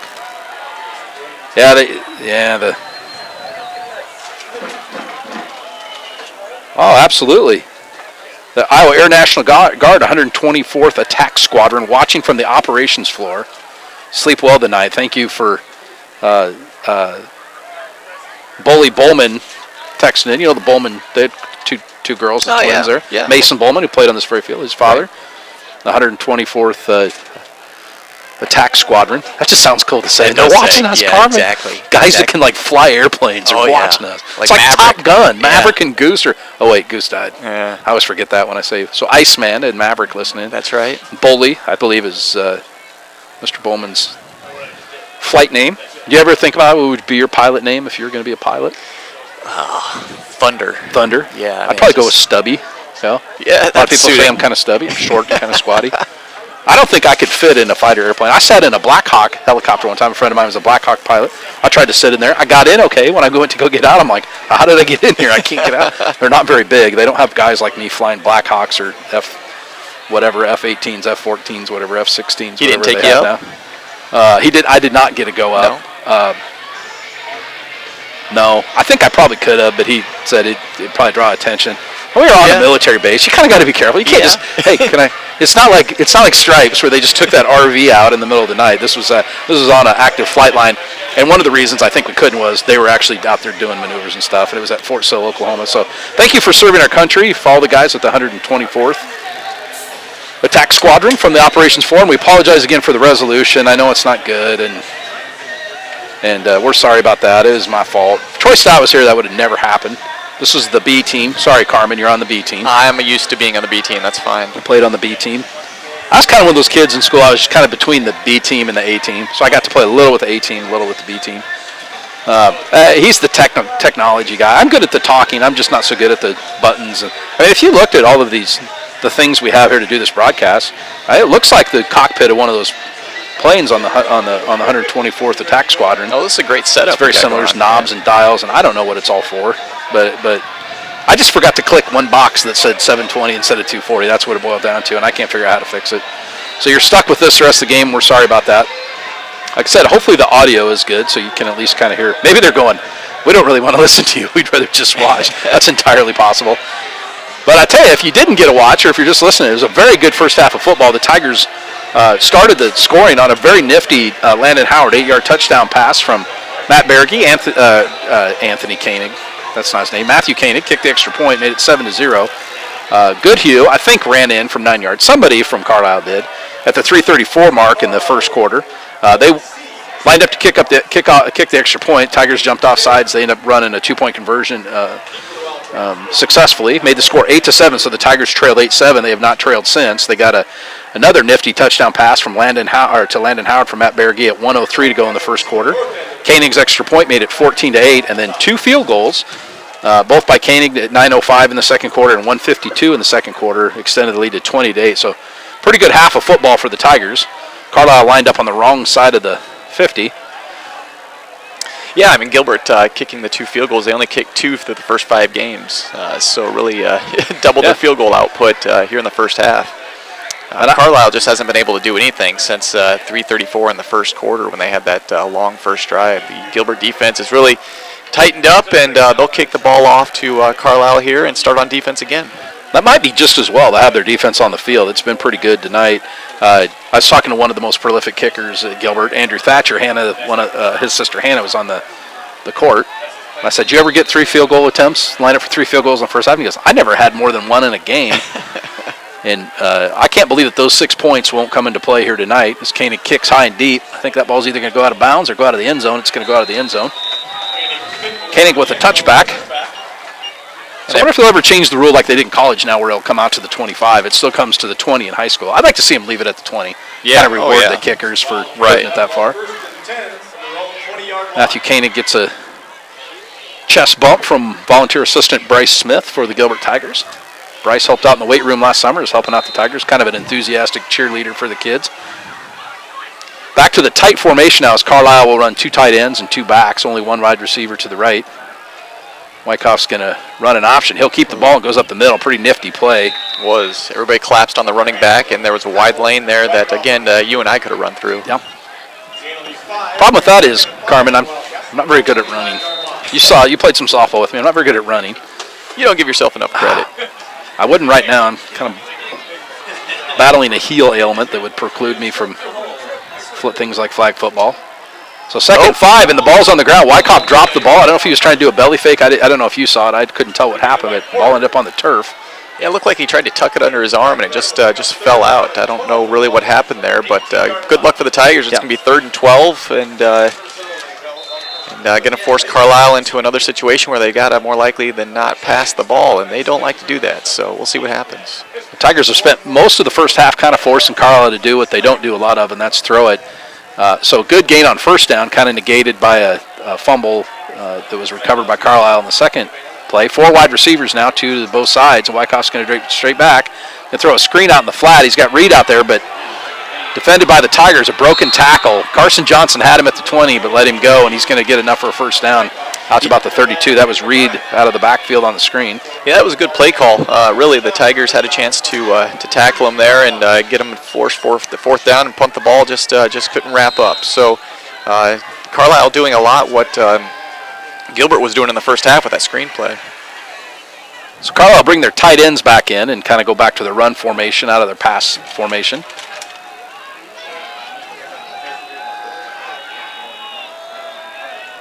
Tight T formation behind Wyckoff, and he's going to give it up the middle, and Reed breaks a tackle. Gets by Hansen's going to get 8 or 9 yards. So you kind of seen Carlisle fire out here in the second half and run with a little bit more of a grit and determination. The Tigers, we saw that on their scoring drive, and the Tigers have adjusted. They'll have to adjust again, slow this drive down. Well, you mentioned it. Firing's the right word. Their offensive line is firing off the ball. I bet their coach kind of laid into them a little bit at halftime because they've got some motivation here to start the second half. So second and less than a yard with the left side, and that's going to be good for 6 or 7 more yards. I think that was good, Hugh. Yeah, I mean, it seems like Carlisle is running with some motivation now. I mean, they've got some energetic. They're energetic on the sideline, and they're energetic on the offensive side of the ball. That's for certain. One of these two teams is going to drop to 0-2 in their district.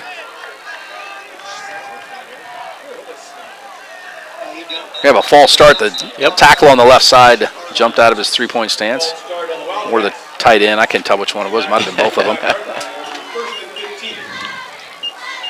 I need to get those kind of goggles, like maybe the military, maybe that's true. Bowley can give you some, where they have like, they're like binoculars, but you just put them on and you never take them off. Right. I could see a little better.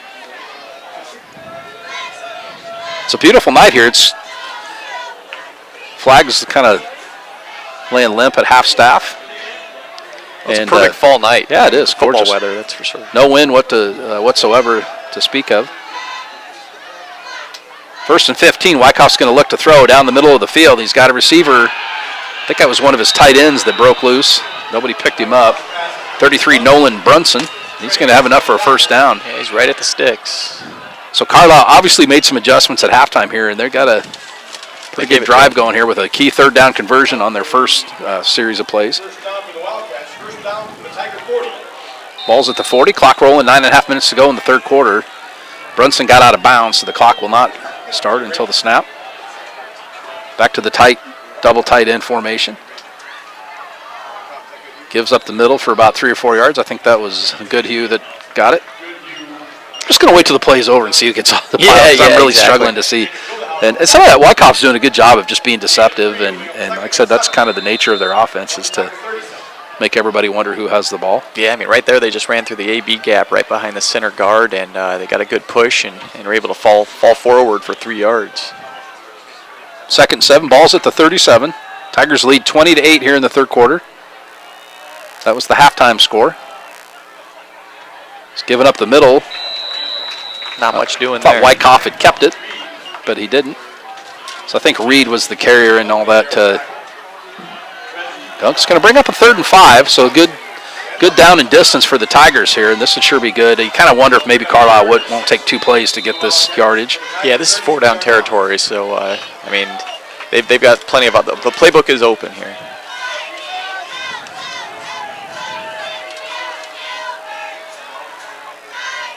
Wyckoff will take the snap. He's going to look to throw on 3rd down. Rolls out. He's got a receiver under the flat. I don't think that's going to be called. It did skip on the ground. No argument from the tight end. That was big number 90. They do have a couple of gigantic tight ends. 98, Vaughn Gibson. That sounds like a tight end, Vaughn Gibson. Right. 4th and 6, and as we suspected, I think the Wildcats are going to bring their pass package back in and have to throw this at 4th and 6. So Yeah, we've said that several times tonight. This is a big play, though, on a drive where the Tigers can get the ball back here if their defense can get off the field. 2 wide receivers to the right, 2 to the left. Shotgun is Wyckoff. Got a receiver next to him. He's going to drop straight back and throw it on the left flat. Caught it. Yep. He did catch it. Boy, good catch right on the sidelines. He towed it in. Hansen was out there. It wasn't bad pass coverage. Just a good throw by Wyckoff. So doggone it, the Tigers had the Wildcats stalled out, but give up the 8 or 9 yard pass play on the 4th down. Yeah, Tigers need to bow up a little bit here on defense. Just continue to stop the run and find some momentum here because Carlisle is just running it right on them. Wyckoff Fumble the ball. fumbled. The Tigers have it. They I do. had no idea who had the ball. It's because nobody had the ball, and the Tigers are going to get a fumble. We'll see who gets off. I think maybe Meskin Porter. I'm not sure who had it. Yeah, I couldn't tell if it was a fumble off the exchange from the center or if he was trying to hand it off to the running back and what happened, but definitely a break for the Tigers. I think Mitch Johnson is what my daughter Catherine is saying. Big Mitch Johnson. Mitch, if you ever shop at, go to the Dairy Queen down here. Mitch Johnson he'll make you a blizzard. A lot of Gilbert kids working at that one. Hank Johnson. A couple of Johnsons there at the North Dairy Queen. Mitch Johnson very good at making blizzards. Gets a fumble recovered. Tigers come back on offense, and the Tigers are going to look to go to the air. Berge will chuck it all the way down the field. He's got Anthony Porter out there. Well defended by Carlisle. That was just good pass defense. Yeah, it was very good defense. Used his offhand, shielded off the defender, and you know what? But it keeps the Carlisle defense honest. Yeah. They can't crouch the line and put everybody in the box. So I can't blame them for doing it. But it was a good defensive play. Anthony Porter was who that pass was intended for. Anthony Porter, 6'4". Looks like Bryce Murray, 5'8". So you can do the math. Again, I'm not good at math. 6 inches is the difference there, but well defended by Murray, or that would have been a big gain for the Tigers.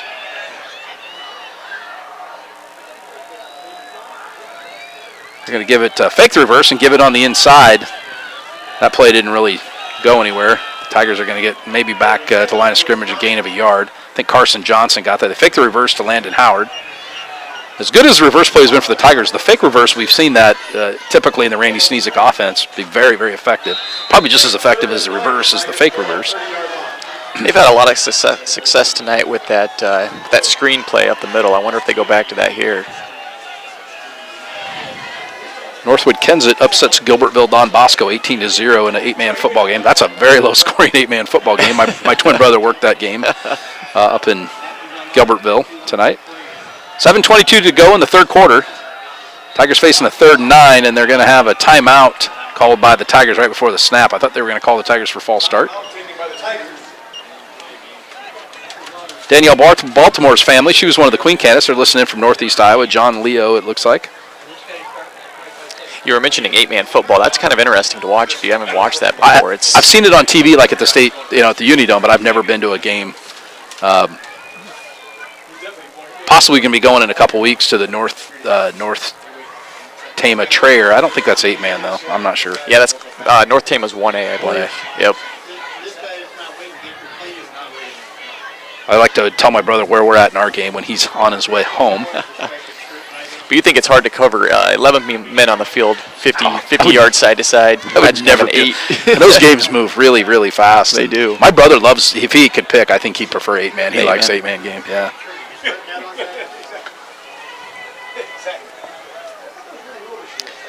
So it's 7:19 here in the third quarter. The Tigers are coming back on the field, 3rd and 9 from their own 30. Just used their first timeout in the half. Yeah, you kind of hate to use one there, but you want to make sure you got the right play call. This is a big play, 3rd and 9.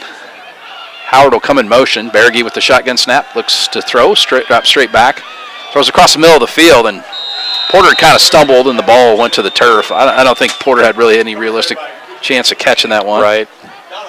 Might have been a broken route, or Porter ran into somebody and got off his route, but that was not a very effective-looking play, but the Tigers... the good news if you're with the Tigers though, their pass coverage or their pass blocking was very good on there. He had a couple options to throw from, and unfortunately he just couldn't complete that one. But he had some time back there in the pocket. The first series, the pass protection was not as good. We saw Berge under a lot of pressure. Right. That's really improved as the game has went along. Carlisle will go in motion. It's his birthday today. I guess 16. Kanan gets a punt away under pressure. That was very close. Ball's going to bounce about the 45 and take another Gilbert bounce.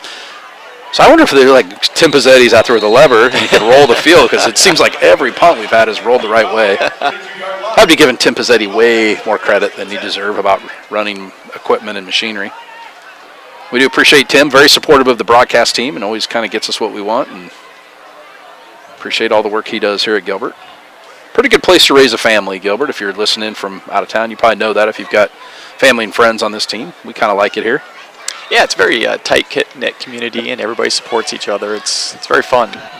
Very nice, especially if you got a young family. Everybody knows each other. Great facilities, and Carlisle will give it up the middle. We're going to see a holding call. Yep. So they're going to get 15 yards, but this is coming back.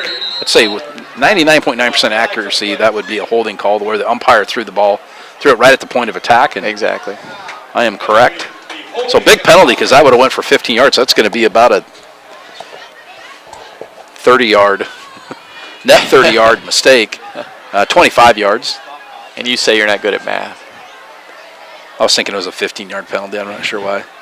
It's been a long day. I did pull the shift at the school. They're helping kids like your daughter and other kids there at Gilbert Middle School achieve a lot. And I had to get on a school bus, another 45 minutes on the school bus. Yep. Go home, sit down, catch the Cubs score, come up to the concession stand for 2 hours until 6:15. Come up here, set up for the broadcast, do a broadcast. So you can't say I phoned it in today, Carmen. Not at all. No, that's a busy schedule. I'm kind of tired, and doing the math is hard.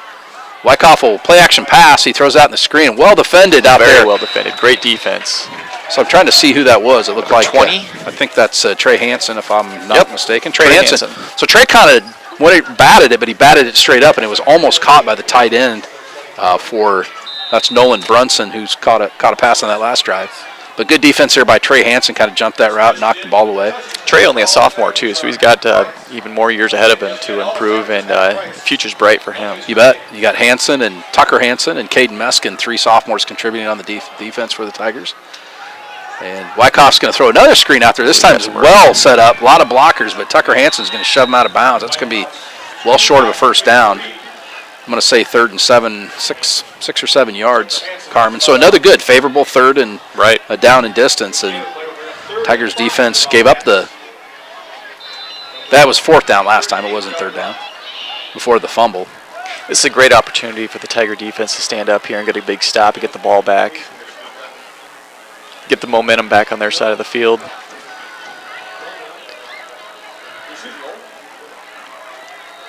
So from the shotgun now, Wyckoff's looking to throw a blitz. Picked up nicely by Carlisle, and they're going to say he caught it. Well, that was right on the side. I have no idea if he was in or not. It looked like he was out, but yeah, that's the second time on 3rd down and 6 or 7 that they've gone a yard behind the sticks and just run a quick out pattern. And quarterback, to his credit, threw it right on the numbers and got the first down. Hearn was coming on a linebacker blitz and just about got there, reached Wyckoff before he got rid of it. Wyckoff did a good job hitting his receiver, and Carlisle moves the sticks. Ball's just short of the 45-yard line. 6:15 to go in the 3rd quarter. Tigers lead 20-18. Reed carries the ball up the middle, but he's going to be mauled to the ground there. Caden Meskin and Jacob Gildehouse tag teamed him. Just nothing there. Just not much there. Caden Meskin is physically a very big, strong kid, but he does not play like a sophomore. A very good knack for the ball, and I like tooting his horn. Jacob Gildehouse, the senior, get to work with his mom, Lisa Jane Gildehouse, at Gilbert Middle School, language arts teacher in 8th grade. Receiver in motion now. Turn and be give to Goodhue. He's got a little room to run. Gets around the corner, cuts back in. And that's going to be a big gain. That's actually Reed, not Goodhue. Yeah, the offensive line, not only got a good push, but they had a great hole that they opened up there for him on the right-hand side. He was able to make the best of it, and you could see the acceleration once he got into open field. So Tigers really, I can't believe I'm going to say this. The Tigers haven't really given up any big plays tonight. They've really done a good job of managing. That 15-yard is about where it's topped out. Yeah, nothing over the top and nothing long, that's for sure. 1st and 10 now from the ball at the 40. Wyckoff keeps it. Breaks a tackle. Did a really good job of turning. Mitch Johnson met him right at the line of scrimmage, but he slips away and picks up 3 or 4 yards on a play that was set to lose about a yard. Yeah, it didn't look like there was anything there. He was just able to slither through the defense and fall forward. Under 5 minutes to go now in the third quarter. 2nd and 7, ball's at the 38. Tigers defense a little bit back on their heels here. They need a stop. Wyckoff will run the option. He's going to pitch it outside. Reed's got all kinds of room to run out there. He's going to pick up 15, 20 yards. Jukes out Caden Meskin, who came from the defensive tackle position. Wyckoff did a really good job of waiting just as long as he could to pitch that, and very good option. He did. I mean, the entire defense, it seemed like, collapsed on the inside run, and I mean, even the quarterback had room to run there, even if he wouldn't have pitched it. And when he did pitch it, the running back, if he would have just kept running, could have got an extra 5 more yards. Decided to cut back inside, and Tigers tackled him. But again, Tigers need to step up here and try to find a way to stop the run. 1st and 10 now, ball at the 21. Haven't seen that option much so far in the game, but ran very well there by Wyckoff. He's going to look to throw now. Throws out in the flat. He's got a receiver out there who cuts back in, but Kenny O'Brien throws him to the ground. That's number 6. I think he's Troy Schnotterst. O'Brien shaking having a up. cramp. Just got a cramp. Now, like I said, a couple weeks ago was the last game I did. It was a really hot, muggy, sticky night. I don't know if you remember that when we played Greene County. And everybody did fine till about the 4th quarter, and then both teams were cramping up. Stretch it out. Get some Gatorade, some electrolytes. Get him off the field. Cale Eiley looks like has come in, the birthday boy. He had a good tackle in the last series, and I think he's.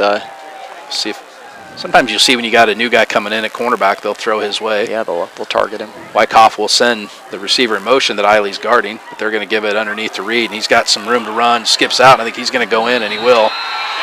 13 yards. Ethan Reed. Defense was on the field a long time in that series. It was, Carlisle was impressive. They were able to kind of push him around and do exactly what they wanted to do. Run up the middle, run outside, throw a quick 7-yard pass, and extend the sticks and make the defense tired. They did exactly what they were supposed to do. Carlisle will just elect to kick the extra point. Snap's good, holds good. And the kick's good. 20-15 is now your score. So Carlisle with 2 pretty good drives there in the third quarter. One ended with a fumble, and that one ends up with a touchdown. So they've made some adjustments, kind of mixing it up, throwing the ball a little bit more here in the second half, and just kind of doing out patterns and able to move the chains against the Tigers. Tigers really need to answer here and get some points, extend that back to a two-score lead. I mean, yeah, you could tell that the Carlisle coaching staff really got into them. I mean, look at the pep on the step on the other side of the field. The Carlisle players are jumping up and down, energetic, and the Tigers are kind of back on their heels here. Let's see how they respond.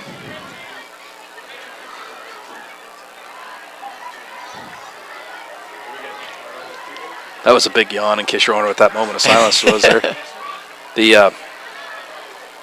That's been a very good game to call, though. We were kind of talking at halftime, and said it's a lot more fun when the game's competitive like this. And we've called a few blowouts both ways in my day, and I'd much rather have the games be like this, where it's competitive and things to call. Thanks for listening tonight, wherever you are. Gilbert, Arizona, which is funny. Thatcher's family, Gilbert, Iowa, Gilbert, Arizona, 2 families from 2 towns named Gilbert. I think there's a Gilbert, South Carolina, too. I looked it up one time, all the Gilberts in the United States. Hopefully they're not affected by any of the flooding from Hurricane Florence that came through last South week. Carolina? In South Carolina, In Gilbert, South Carolina? I don't think we have any listeners in Gilbert, South Carolina that I know of. I just know there is a Gilbert, South Carolina. I think her family's from Gilbert, Arizona. Hopefully you're not going to get sunburned tomorrow, anything like that. That's probably the worst thing that could happen there tomorrow. Kick's fielded by Carson Johnson, and he's going to go around the right side and get the ball out to about the 25. Well covered there by the Wildcat special teams. Tigers offensive crew will head back on the field. We haven't really called many of their names tonight. We'll maybe mention a couple of those guys. Isaac Roteman, big number 60. He snaps the ball between his thighs to Teresi Gildehouse, also on the offensive line. The Steenhook boys will be in there for most of the night. Jacob Steenhook and his brother, the other Steenhook, Cole Steenhook. Good friends with their dad, Chad. He's got the Goats on the Go. Have you ever heard of that business? Oh, yeah. Yep. Turn underneath to Mitch Johnson. Mitch is bulldozing. He's Yeah. going to get almost 10 yards on first down. I think it'd be funny if, like, during the game, all of a sudden, a bunch of goats come on the field. And then Steenhoek, oh, I thought you wanted me out here. Free advertising. I wouldn't put it past Chad to do that. He's a pretty clever guy. They're going to give him 10 yards in the first down. He fell right at the stake, but Mitch Johnson on first down bowls through there. They just haven't used him a lot. I'm sure Carlisle didn't expect him to get the ball. Oh, yeah, exactly. He was running hard, too, right up the middle. Gilbert's had a lot of success in the first half from the small to intermediate-sized routes, and they started coming out with that in the first few drives. I think we'll see if, they go right up the middle again. Mitch Johnson is running with I think they found something. abandonment. So he's got 24 yards rushing on this drive, which is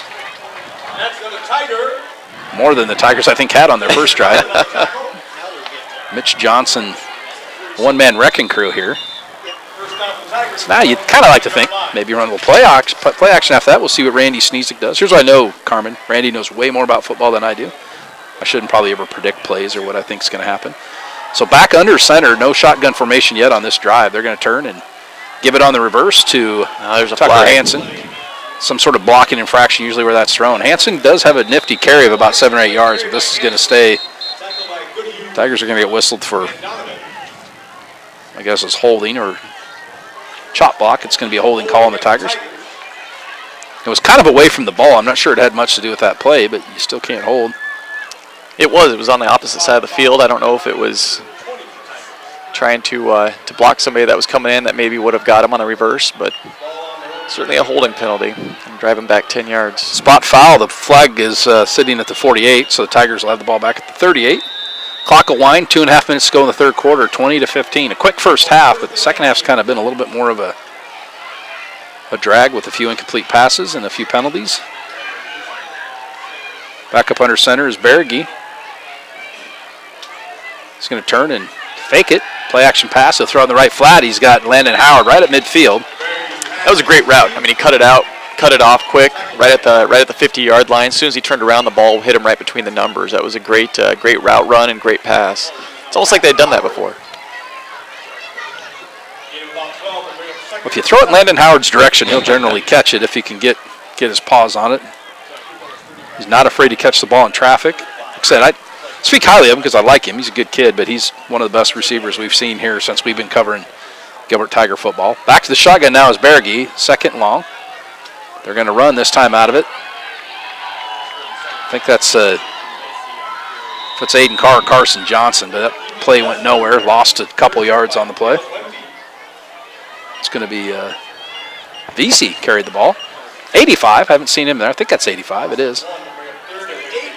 Carlisle just got off the ball a lot quicker than Gilbert did there. I mean, their whole entire defensive line was in the backfield before that handoff even took place. Sneesick signals in a play to Matt Berge, and Tigers almost certainly will be throwing here at third and long. Berge comes up under center, but he'll back up into the shotgun. He's got Mitch Johnson standing next to him. VC behind him. He's going to fake it to VC, look to throw down the middle of the field. He's got Newell out there. If he got his feet in, he dropped the ball. I thought he had the ball. Ball was on lane 3 of the track. Yeah, it is. It was a good throw. It was actually tipped away from the defender. Threw it into double coverage. He had to get a safety on the back end as well. But you got to go for it, though. I mean, it was behind the sticks, and you can't fault him for trying. Newell really involved in the offense tonight, running the ball a couple times and been the target of Matt Berge. That's going to bring up 4th down and 8. Tigers will have to punt this one away with Matthew Koenig kicking. Probably kick it right around his own 40. 41-42.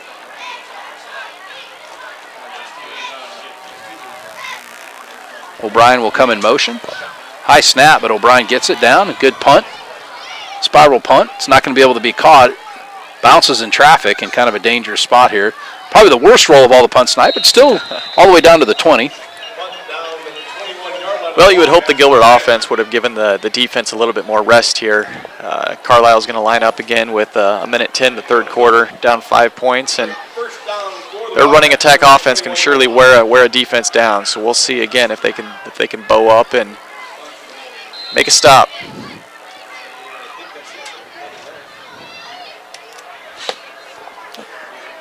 So try to find a score of the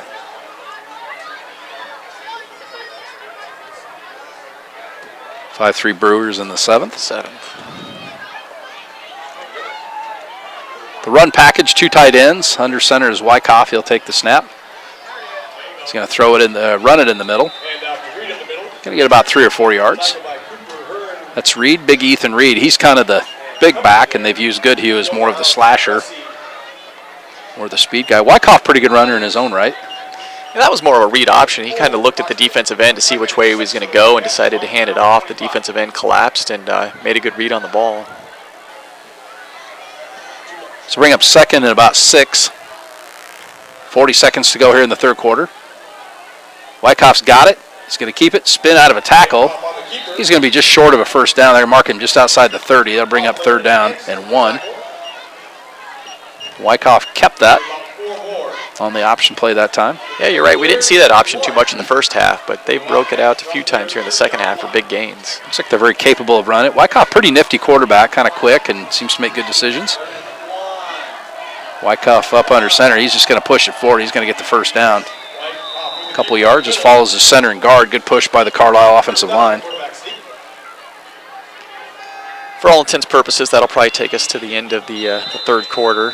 Yep. 7 seconds. They'll wind the clock after they move the sticks, and that'll do it for the third quarter in a very, very good high school football game. Tigers lead 20-15. Carmen Wilson and Trent Becker on the YouTube channel. Tiger Broadcast YouTube channel. We've said the cube for many years. We used the high school cube. Before that, it was, do you know what we used before that? I do not. Called iHigh. IHIH.com. iHigh.com. Back in the olden days. I know everybody always snickers when you say iHigh.com. There's some sort of overt drug references to that. That's not what it was about. That's why you had to spell it. I think back in 2011, the first game we did was Gilbert at Roland Story. Okay. Tigers, the thrilling come from behind win. Jordan Knock throws a ball to Luke Kearns in the corner of the end zone. I can remember it like it was yesterday. We were broadcasting outside in the stands on the Roland Story side because that's the only place there was electricity. And, man, you could have heard a pin drop. I didn't think we were going to get out of there alive, but thrilling football game. And I think we've covered every football game since then. We haven't missed a Friday night since then. What time of year was this? I'm just thinking broadcasting outside in October's kind of chilly. It would have been probably middle of October. Oh, because we didn't do the first game of the season. We kind of, getting our equipment, everything kind of getting ready. We didn't start doing it until, and then we did the rest of that season into the playoffs. I think we made the playoffs that year. Maybe we did, maybe we didn't. I don't remember. We broadcast, I'm trying to think all the towns we went to. Osage, North Fayette, I can't remember what town that's in. West Union, maybe. Roland Story. I've never worked at like South Hamilton. Most of the other, like Collins Maxwell a couple times, Nevada, West Marshall a couple times. Well, this is a great setup that Gilbert has here with the new high school. I guess what other schools have you been around that's comparable to this? Would you? Yeah, well, like Bondurant Farrar has a big press box like this. You kind of learn the big press boxes. We worked at Fort Dodge St. Ed's at the big Fort Dodge Stadium out there. That's kind of nice. Handoff underneath this time, but boy, well defended there by the Tigers. Trying to see who that was that got up off the stack. That was big Anthony Porter, hauled down Reed Goodhue right after he had the ball.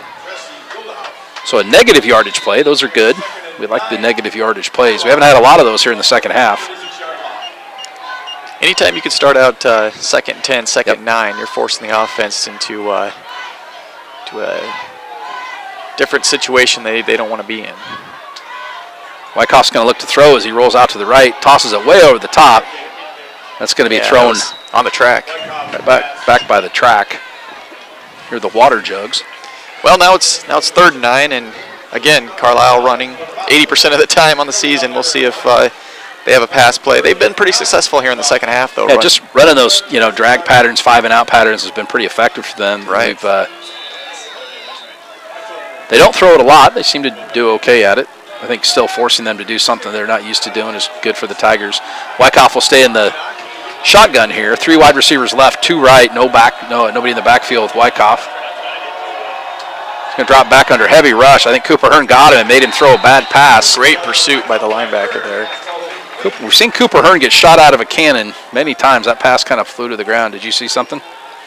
No. I thought you pointed. I was hoping there wasn't a penalty flag. That was a great defensive stand by the Tigers and very well needed, especially here in the fourth quarter with 11:19 to go. Up 5 points. Carlisle was kind of having their way here from the third quarter offensively, so defense was able to shut them down and force a punt. And 20-15, Tigers lead. The snap is good. The punt is away. This is a booming punt. Yeah, Hanson's going to have to backpedal way over his head. Ball's in the bounces back again. Good Gilbert bounce though. Bounce back. It's going to be at the 15 where the Tigers. That's the best punt we've seen all night. That was a great punt. I'm sure Carlisle's coaches could have asked for more on that. So Tigers offense really needs to salt some clock here. Move the chains. Kind of shorten this fourth quarter up. 11:07 to play. Tigers lead 20-15. A couple of field goals from Matthew Koenig has been the difference tonight. Two second quarter field goals, one 35 yards, one 38 yards. Matthew Koenig good on both of his point after touchdown kicks as well. That's where we're at, 20-15. 3 wide receivers right, 1 left. Shotgun snap is to Berge. He's going to look to throw a screen pass to the left. He's got Aiden Carr out there, lots of room to run. Aiden cuts back up, breaks another tackle, and he's going to get out and get 15 yards on first down. They've had a lot of success with that screen play in the first half, and this one goes for about 15 yards, like you said. The Tigers need to find a way to get some first downs, extend the play, extend the clock a little bit, just not only to run some clock, but to give their defense a break because they've been on the field a lot here. Tigers defense has played very, very well. The 1 touchdown drive here in the second half and then the 1 in the first quarter. 10:45 to go. Carr goes in motion. They're going to give it underneath to Mitch Johnson, the big bulldozer of a running back. He's going to get 4 or 5 yards. So kind of different. They ran a little draw play to Johnson. He's going to get 4 yards on first down. Yeah, at 6 foot 200, you just fall over a little bit. You're going to get some yards. And he was pumping the legs. He was determined to get some yards on that one. I wonder if Mitch has the keys to Dairy Queen after the game. Maybe let's ask. Maybe Hank Johnson, one of the homecoming king candidates, also works there. Maybe the Johnson guys and us could go to Dairy Queen after the game. Or Powers, not Hank. Hank Johnson is Mitch's little brother. I mixed him up with Hank Powers, who was on the homecoming court. Hank Powers works at Dairy Queen. I don't know what happened on that play. I had blizzard on the mind. Sorry, Carmen. That's all right. Yeah, third one, he actually just got stood up 1 yard short. It was a lane there on the left-hand side, found an opening, and just came up 1 yard short. So let's see what the Tigers offense has in store here. Big third down play here in the fourth quarter. 10 minutes to go. Tigers up by 5, 20-15. Berge will turn and give it underneath to Mitch Johnson. I think he's going to move the stakes. He'll get 2 yards. First down. Yep. So big first down here. Sustains the drive. Allow the Tigers to milk off a couple more minutes off the clock. It's under 10 minutes to go in the game now. I'm sure Carlisle's coaches are yelling the defense to step it up and get them the ball back. So you got to think Carlisle's offense is feeling pretty confident here in the second half that they're going to be able to move the ball. Yeah, I mean, that's the thing with their type of offense, too. If you give them the ball with 8 minutes left, they can go down the field and take the entire clock. So Tigers could really use a score here on this drive. 1st and 10, ball at the 43. Aiden Carr comes in motion. They're going to give it underneath to Carson Johnson. He's going to bounce out. Yeah, just not much there. Carson tried to get around the corner and couldn't get there. 4 or 5 Carlisle defenders string him out. Yeah, Carlisle had great pursuit there on the left-hand side. As soon as he tried to bounce it out, there were 3 or 4 tacklers there just waiting for him. So let's chalk that one up for a nice try. One of the points of emphasis in high school football is to not just really quick put the ball down and mark it ready to play and start the play clock, and that will really help the Tigers on this drive because they didn't pull the play clock until about 15 seconds had run off the clock after that, so the Tigers can get 40 seconds of play off the clock. Under 9 minutes to go now. It's 2nd and 10. Berge will send Howard in motion. They're going to give it to him on the reverse. He's going to cut it back in, makes another cut, breaks a tackle. He's going to get 4 or 5 yards. There was nothing going outside there, and Landon had to cut it back in, and there's not a lot of room to run. Did a good job of holding on to the football, though. They were trying to strip it out. You could tell they had a couple guys in there with their hands on the ball trying to rip it out. So that's your senior knowing the situation.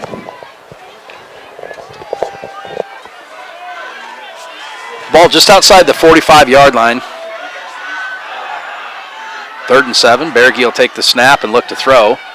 Throws it down the left sideline. He's got Tucker Hanson. That's going to be enough for first down. Tucker's going to get shoved out of bounds at about the 42-yard line. So big play on 3rd down, 3rd and 9. Sees sophomore Tucker Hanson, one of your neighbors down there on the Gilbert South Side. Yeah. I mean, that was a great play. As soon as he turned around, I mean, the football was already right there, waiting for him to catch the ball. So it was a great pass play, great call, and Tigers get a good first down and milk some clock with 8:08 left in the fourth quarter. Now Jack Anderson's in at the top of the screen there. We haven't seen Jack a lot tonight. VZ on the top side of the screen with him too. They're going to give it to Mitch Johnson underneath. Mitch Johnson will bull forward. Seems like I kind of got to go into that. Reminds me of the John Riggins diesel. Yes. Mitch Johnson, very effective weapon for the Tigers here in the second half. They've netted 4, 5, 6, 7, 8 yards about every play with him. The Tigers should be able to take this clock down close to 6 minutes on this drive at least, if not more, if they can get another first down. Bergery up under center this time. Long count, Carlisle almost jumped off sides. They get back. Going to give it this time to Aiden Carr, and he's got wrapped around the ankles there. Good. I believe that's 34 Hudson Bell. That's our 34. He got his bell rung pretty good there. He's still lying on the ground, unfortunately. Hopefully he's okay. Oh, he popped up. Runs off the field. Kind of got spun around the ankles and turned over and got driven down into the turf. Hopefully Aiden's okay. He just got the wind knocked out of him. Maybe he's just heard the Brewers were ahead of the Tigers. Maybe. Utter disgust like we are.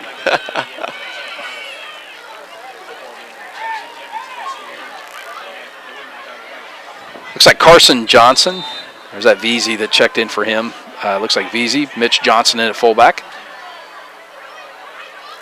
Tigers will turn. They're going to give it, fake it to VZ. They're going to throw it out in the flat. He's got good catch. First down.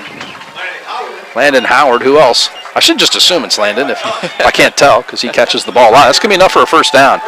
So Tigers, just what we talked about, Carmen. Good drive here, moving the stakes. Other than going out of bounds there, they did about everything else right. So college football, they'd start the clock on this. They do it until the last, I think, 2 minutes of each half. Once they get the ball marked ready for play, they don't. They wind the clock. Once again, they're targeting the left side, but I don't know if they know something about the left corner for Carlisle or not. But that's 3 straight pass plays. They've gone right toward him.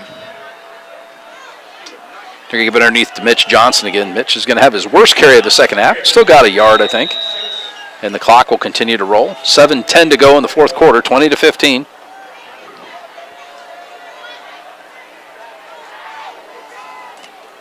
No game to play. We'll be up 2nd and 10 from the Wildcat 28. Under 7 minutes to go now.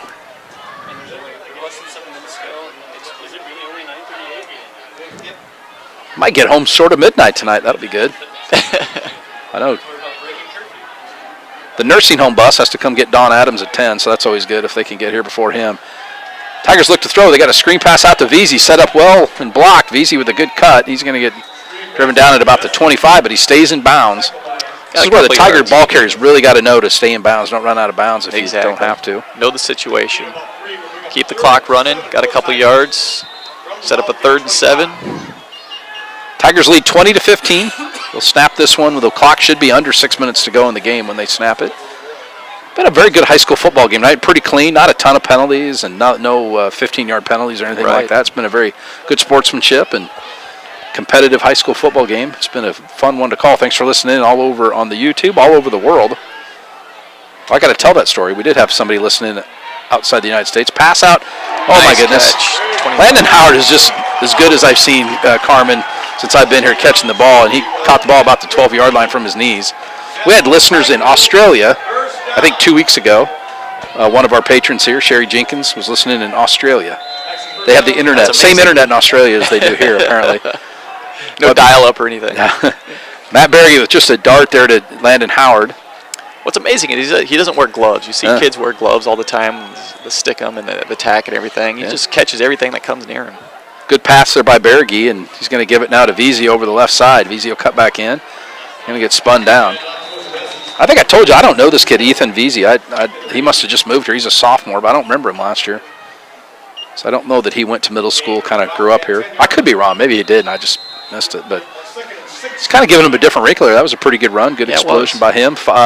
Again, the Tigers will not have to snap this one until under 5 minutes to go in the game. So if the Tigers could get a touchdown here, get that back to a 2-score lead, Carmen. That'd make this old broadcaster feel pretty good about things. Yeah. Carlisle doesn't exactly have an exciting offense where they're going to throw it down the field either, try and score in a hurry. Berge will step back, goes back up under center. He'll give it underneath. I think that was Mitch Johnson. Mitch is just pushing all the way down. That's going to be enough for a first down. He's not going to get in. I'd say give it to him again, wouldn't you? Yeah, Coach? exactly. Reward him with the touchdown here. The offensive line's got some adrenaline, and they're feeling the success, and they want to finish this off with hopefully a game-winning touchdown drive here. 4:40 to go in the game. Tigers lead 20-15. They're knocking on the door here. The ball's at the 2-yard line.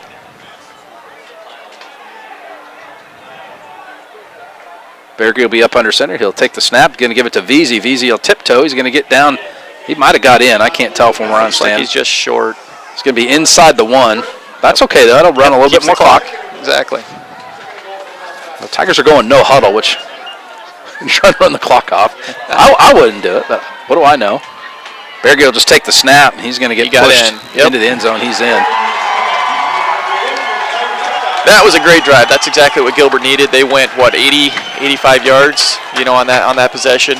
Milked 5 minutes plus worth of clock, and brought it to a two-score lead. So something that, like I mentioned, Gilbert just doesn't have the type of offense where they're going to be able to throw it down the field and score here quickly. So this is exactly what the doctor ordered. And still 4 minutes to go in the game. I know this game's not over, but Tigers have really played well. The kick is going to be no good. The PAT is no good. So 20, that's still an 11-point. I don't know that that's really kind of if they score 8-23, it'd get them into field goal range, or, the 3-point. But here's what I'm going to tell you. I don't think a field goal is going to win this game for Carlisle. I think they're going to have to score a couple touchdowns.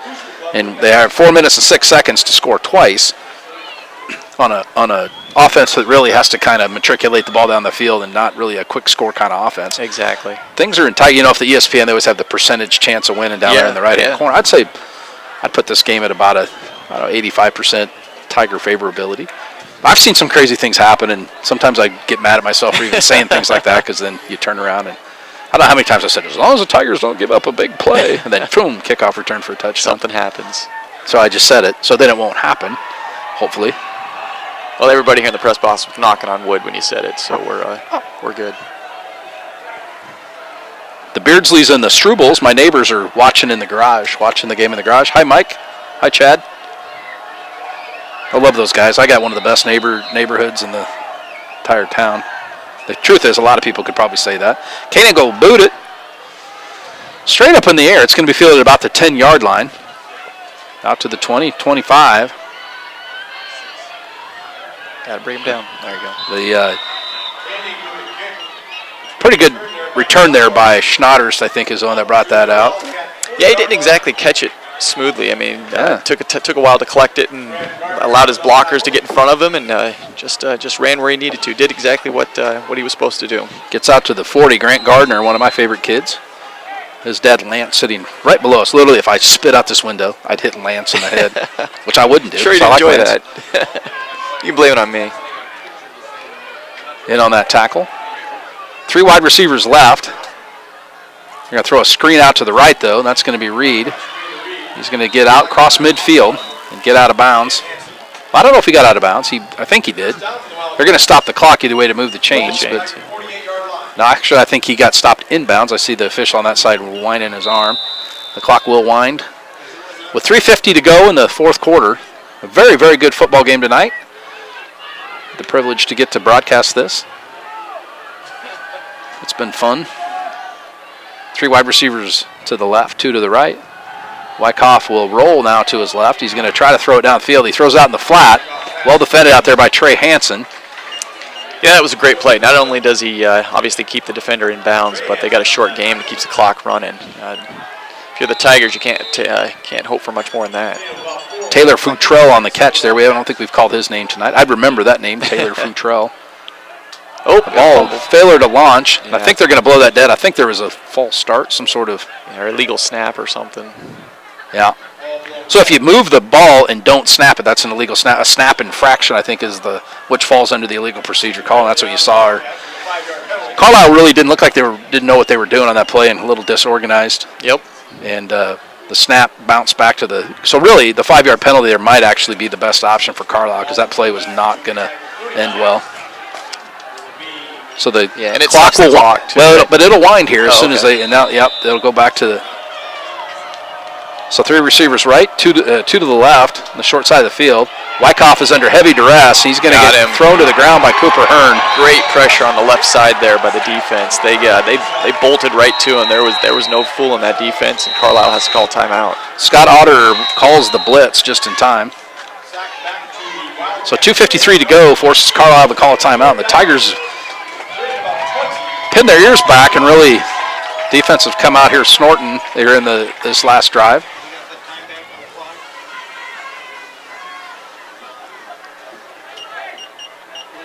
We have to adjust the clock. Ran off a little bit. 257. 257 to go back on the game clock. Pat Starr, a sign language interpreter, was able to relay the call from the official. Actually sent smoke signals up on that one. Started a small fire. Well, with 2:57 left in the fourth quarter, and it's 3rd and 21, the Tigers will be able to pin their ears back a little bit and go right to the quarterback. Don't have to worry about stopping the too much stopping the run. I guess they can catch him off guard. It's obviously 4-down territory, but should be able to get a good rush here.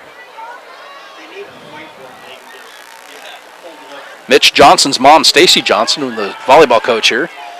I haven't talked a lot about them tonight. Usually she sends me a little update on Fridays. I haven't been very good about doing that this year. I'm sure they're good. They're always good. They're always good. So 3rd and 21. Wyckoff will drop straight back to throw. He's got a little pressure. He's going to try to launch one down the far sidelines. That's going to land way out of bounds. And, boy, the Tigers just putting a lot of pressure on the quarterback, Carmen. Wyckoff has never really had a chance to plant his feet and throw. No, once again, they got great pursuit up front, and he was having to scramble around down there, and he had one receiver that was flying down the sideline, but it was double covered, and he threw it out of bounds. So it'll be 4th and 21. Big play here for the Tigers. They can force them to go 4 and out here. They should get the ball back and secure the win.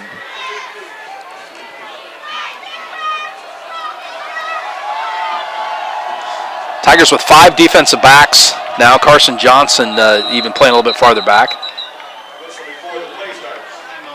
Carlisle used their first timeout. Carlisle will call a timeout. I thought they called one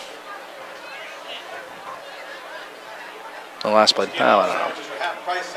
2:49 to play in the game. There's a mad rush to the concession stand. If you listen to the concession stand, that was a lot of fun tonight. I don't know who Ames dude is on the thing, but they said, "Nice job, gentlemen. Really enjoying this broadcast." Well, thanks for listening Very in. good. Thanks for the kind words. Carmen and I mean, our egos do need stroked, and it is nice to have get some love from the fans. This is kind of fun. I told Carmen before the game, this is his first broadcast. I think he was really, really nervous, chewing his fingernails and pacing around. Oh, yeah. I said, here's the deal. 2 buddies sitting watching the game, talk about the kids, say nice things about the kids. People kind of like that. It is fun to do, especially when the Tigers are playing well. Oh, this is very fun. It was very intimidating because Troy Stout does a great job on the call every week, and you listen to a couple of his broadcasts and fill in some big shoes, but it's been very fun. They are like size 13s. I tried to steal his shoes once. They're way too big. They're going to run up in the Minneapolis, the Twin Cities area with the Grease Shack something invitational. A lot of runners there looking for a top 10 finish. Wyckoff's looking to throw across the middle of the field. He's got a receiver open. They're running the hook and ladder as well as I've ever seen it run. But Goodhue is going to get taken down, 25. So little damage done on that, but no touchdown given up. I don't know if I've ever seen the hook and ladder work in high school football. That was very well executed. That was very well executed, yes. I mean, both safeties collapsed on the receiver as soon as he caught the ball, and the outside Carlisle Wildcat was able to run down the sideline and get the first down. That was a perfectly executed play. I actually haven't seen it run well since Oklahoma and Boise State in that bowl game about 5 years ago. I do like it. It's probably my favorite play in football. I love the hook and ladder. Very well ran. 4 wide receivers right. Wyckoff's going to roll that way and look to throw. Got a receiver out there, but Kenny O'Brien sends him into orbit.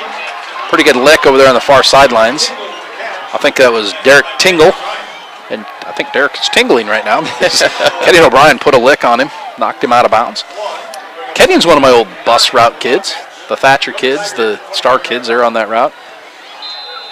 Yeah, that was a big-time lick ran some time off the clock for only a 1-yard gain.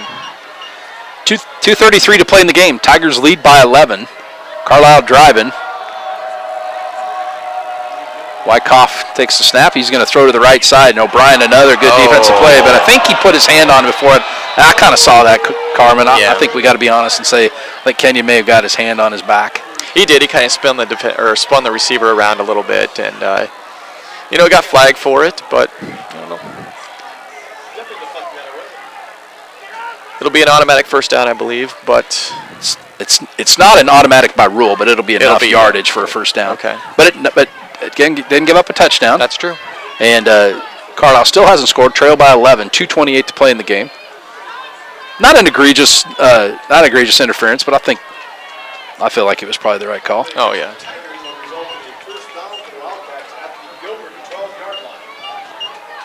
So they take the ball down to the 12. 2:28 to play in the game. Tigers up 11. So like our chances here, Carmen. Wyckoff takes a snap, bobbles a little bit. It's going to roll to the left this time. Throws out in the flat, overthrows the receiver. He had somebody about the goal line. I think that was big. Strapping Carson Dunn. He looks taller through 4 panes of glass, but I think he's only 5'11". He looked taller than that. 5'11", 190 though, so he's pretty stocky. Stick. It was the right call. I mean, he had him. I mean, he was open. Just missed him. Oh, the Tigers have tied the game at 5, Carmen. This night's getting better by the minute. Oh, my goodness. Wyckoff will drop back, look to throw across the middle. He's got a receiver open and drops it.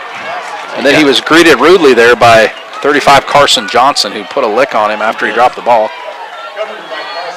Carson's a very spirited kid and plays and I think he always kind of goes right up to the line and kind of celebrated that one a little bit. You got to be careful in high school football. They don't give you a lot of latitude on that. But Carson really applied a good lick there across the middle. He needed to. He was open. I don't know. The receiver wasn't expecting the ball. He only got one hand up. But if I was going to go across the middle and I knew Carson Johnson was anywhere within about 15 yards, I would crumble like a house of cards. Wyckoff takes a snap. It's going to roll left. Look to throw. Play. Nobody open. Carson Johnson's pursuing him, and he just falls down at about the 16, 17-yard line. I think he was trying to get the ball down in the corner. He had 2 receivers down there, neither one of them. Yeah, Carson Johnson there, right there on the pursuit, and the quarterback just slipped and fell. 4th down, you think maybe kick a field goal here, and then then it's down to a 1-possession game again. But I think Carlisle's probably going to go for the touchdown or go for the first down. Right. They'd have to get down to the 3-yard line, about the 3-yard line to get a first down. They're going to call a timeout and talk it over, and while they do, Wade Nelson listening in. You know Wade, don't you? I do know He's Wade. at Gilbert's house. Yep. Lives right next to me. Guys make a great pair. So is his neighbor Jason Bell's listening as well. They live right across from each other. I have Cooper Bell in my little. They call it the Tiger Time there. It's just silent, sustained reading, which is kind of an oxymoron, really, when you know Cooper Bell. Anything that has to do with the word silent. I love Cooper. It's kind of fun. He's reading in there, Jason. If you're listening, he really is reading. I'm just kind of having fun with Cooper. They are going to kick the field goal. Okay. That's a reasonable decision. I think that would be on my very short list of things I would do. They're going to kick it from about the 29-yard line. So not a gimme by any means. Maybe they'll run a fake out of it. They don't. They're going to kick it. It's a low wobbly kick, and it's going to be no good. And that should kind of seal the deal. Without the ball and 2 scores, the Tigers should be able to milk off that last with just 1 timeout. Carlisle, 2 minutes, 5 seconds to go. Yep. This will be like Dan Rather. Remember that election when he called it kind of early? Maybe we're early, but we'll Dan Rather it and call the Tiger victory. This home crowd and this student section's going crazy too. You can sense that they're excited about to end this 3-game losing streak and go to homecoming with some excitement and some good news. So Carlisle, traditionally a pretty solid program and a team that racked up a ton of yards and points on the Tigers last year. Coming in on the 3-game losing streak, like you said, not a ton of reasons to be optimistic, but kids fought hard tonight. Really, very, very good defense. I mean, they gave up a couple of touchdowns, but it was really a pretty good defensive effort out of the Tigers tonight. Oh, you couldn't ask for it any more. I mean, that Carlisle rushing attack is very lethal, and the Tigers for the most part stopped them. Only gave them 15 points tonight. Really just 2 long drives, and outside of that, they did a great job. I think you're going to see a steady diet of Mitch Johnson here, and Carlisle's not going to take the timeout and stop the clock, which I'm in complete agreement with. Yeah, we're not going to have an extensive. I don't know if I told you about it. We're not going to have an extensive post-game show. There won't be callers or scoreboard, anything like that. We're going to shut her down quick and pack up the gear. Berge will wait till the play clock gets down 3-2, and he'll snap, give it to Mitch Johnson again. Mitch is going to get out to about the 26. Got a couple yards, but the best thing that he did there is he had 2 hands on the football. You can see the Carlisle again trying to strip the ball out, and he's got ball security. And which is funny, when they do the blizzard and they turn it upside down to show you. I saw him drop one day. Did you? I said, Mitch, got to hold on to that with 2 hands, man. Nah, he didn't. I was getting. This is what I was doing when they do that. I always go, "Oh my God, you're gonna drop the!" And then the kid's like, "No, we do this every time." I like to have fun with the kids at the drive up. Disguise my voice. Talk like Ronald Reagan or other people. And Mitch Johnson gets it again. Mitch is not going to get the first down. Nope. But have to run one more play. Have to punt it or. The officials being very deliberate about snapping this. They're going to mark ready play. So the Tigers, it's going to be at the 35-second mark with minus the 25. Tigers don't get a first down here. The clock will stop, and Carlisle will have the ball, but they only need 1.5 yards. I'm going to guess Mitch Johnson will get the call again.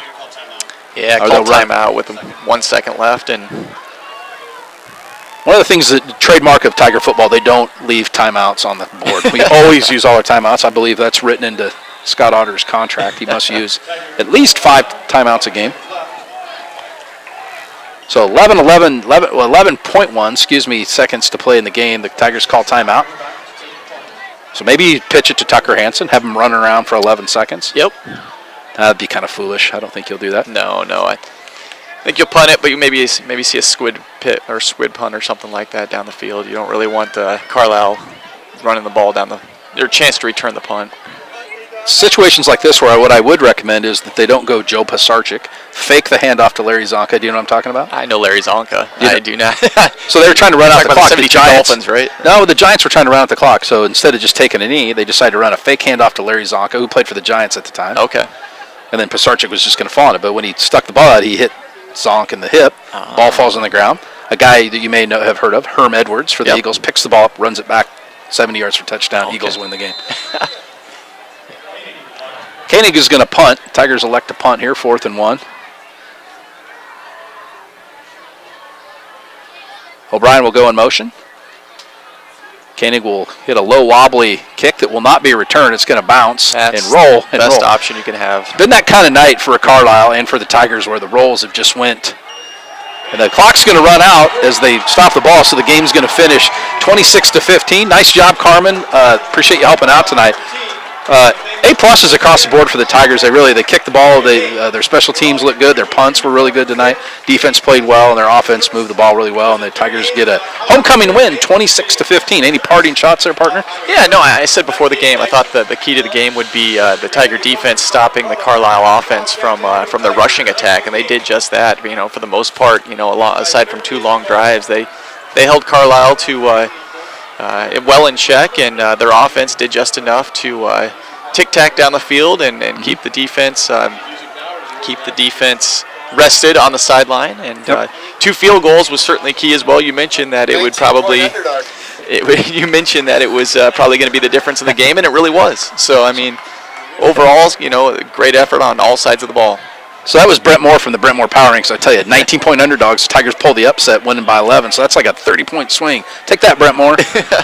So good job out of the Tigers tonight. Head coach Scott Otter. They get the homecoming win, 26-15. Carmen, thanks a lot for helping out tonight. Thank you. From Gilbert, 26-15 final. We'll be back on there next Friday night at North Polk. The Tigers take on the Comets in another district football game. Thanks for listening in.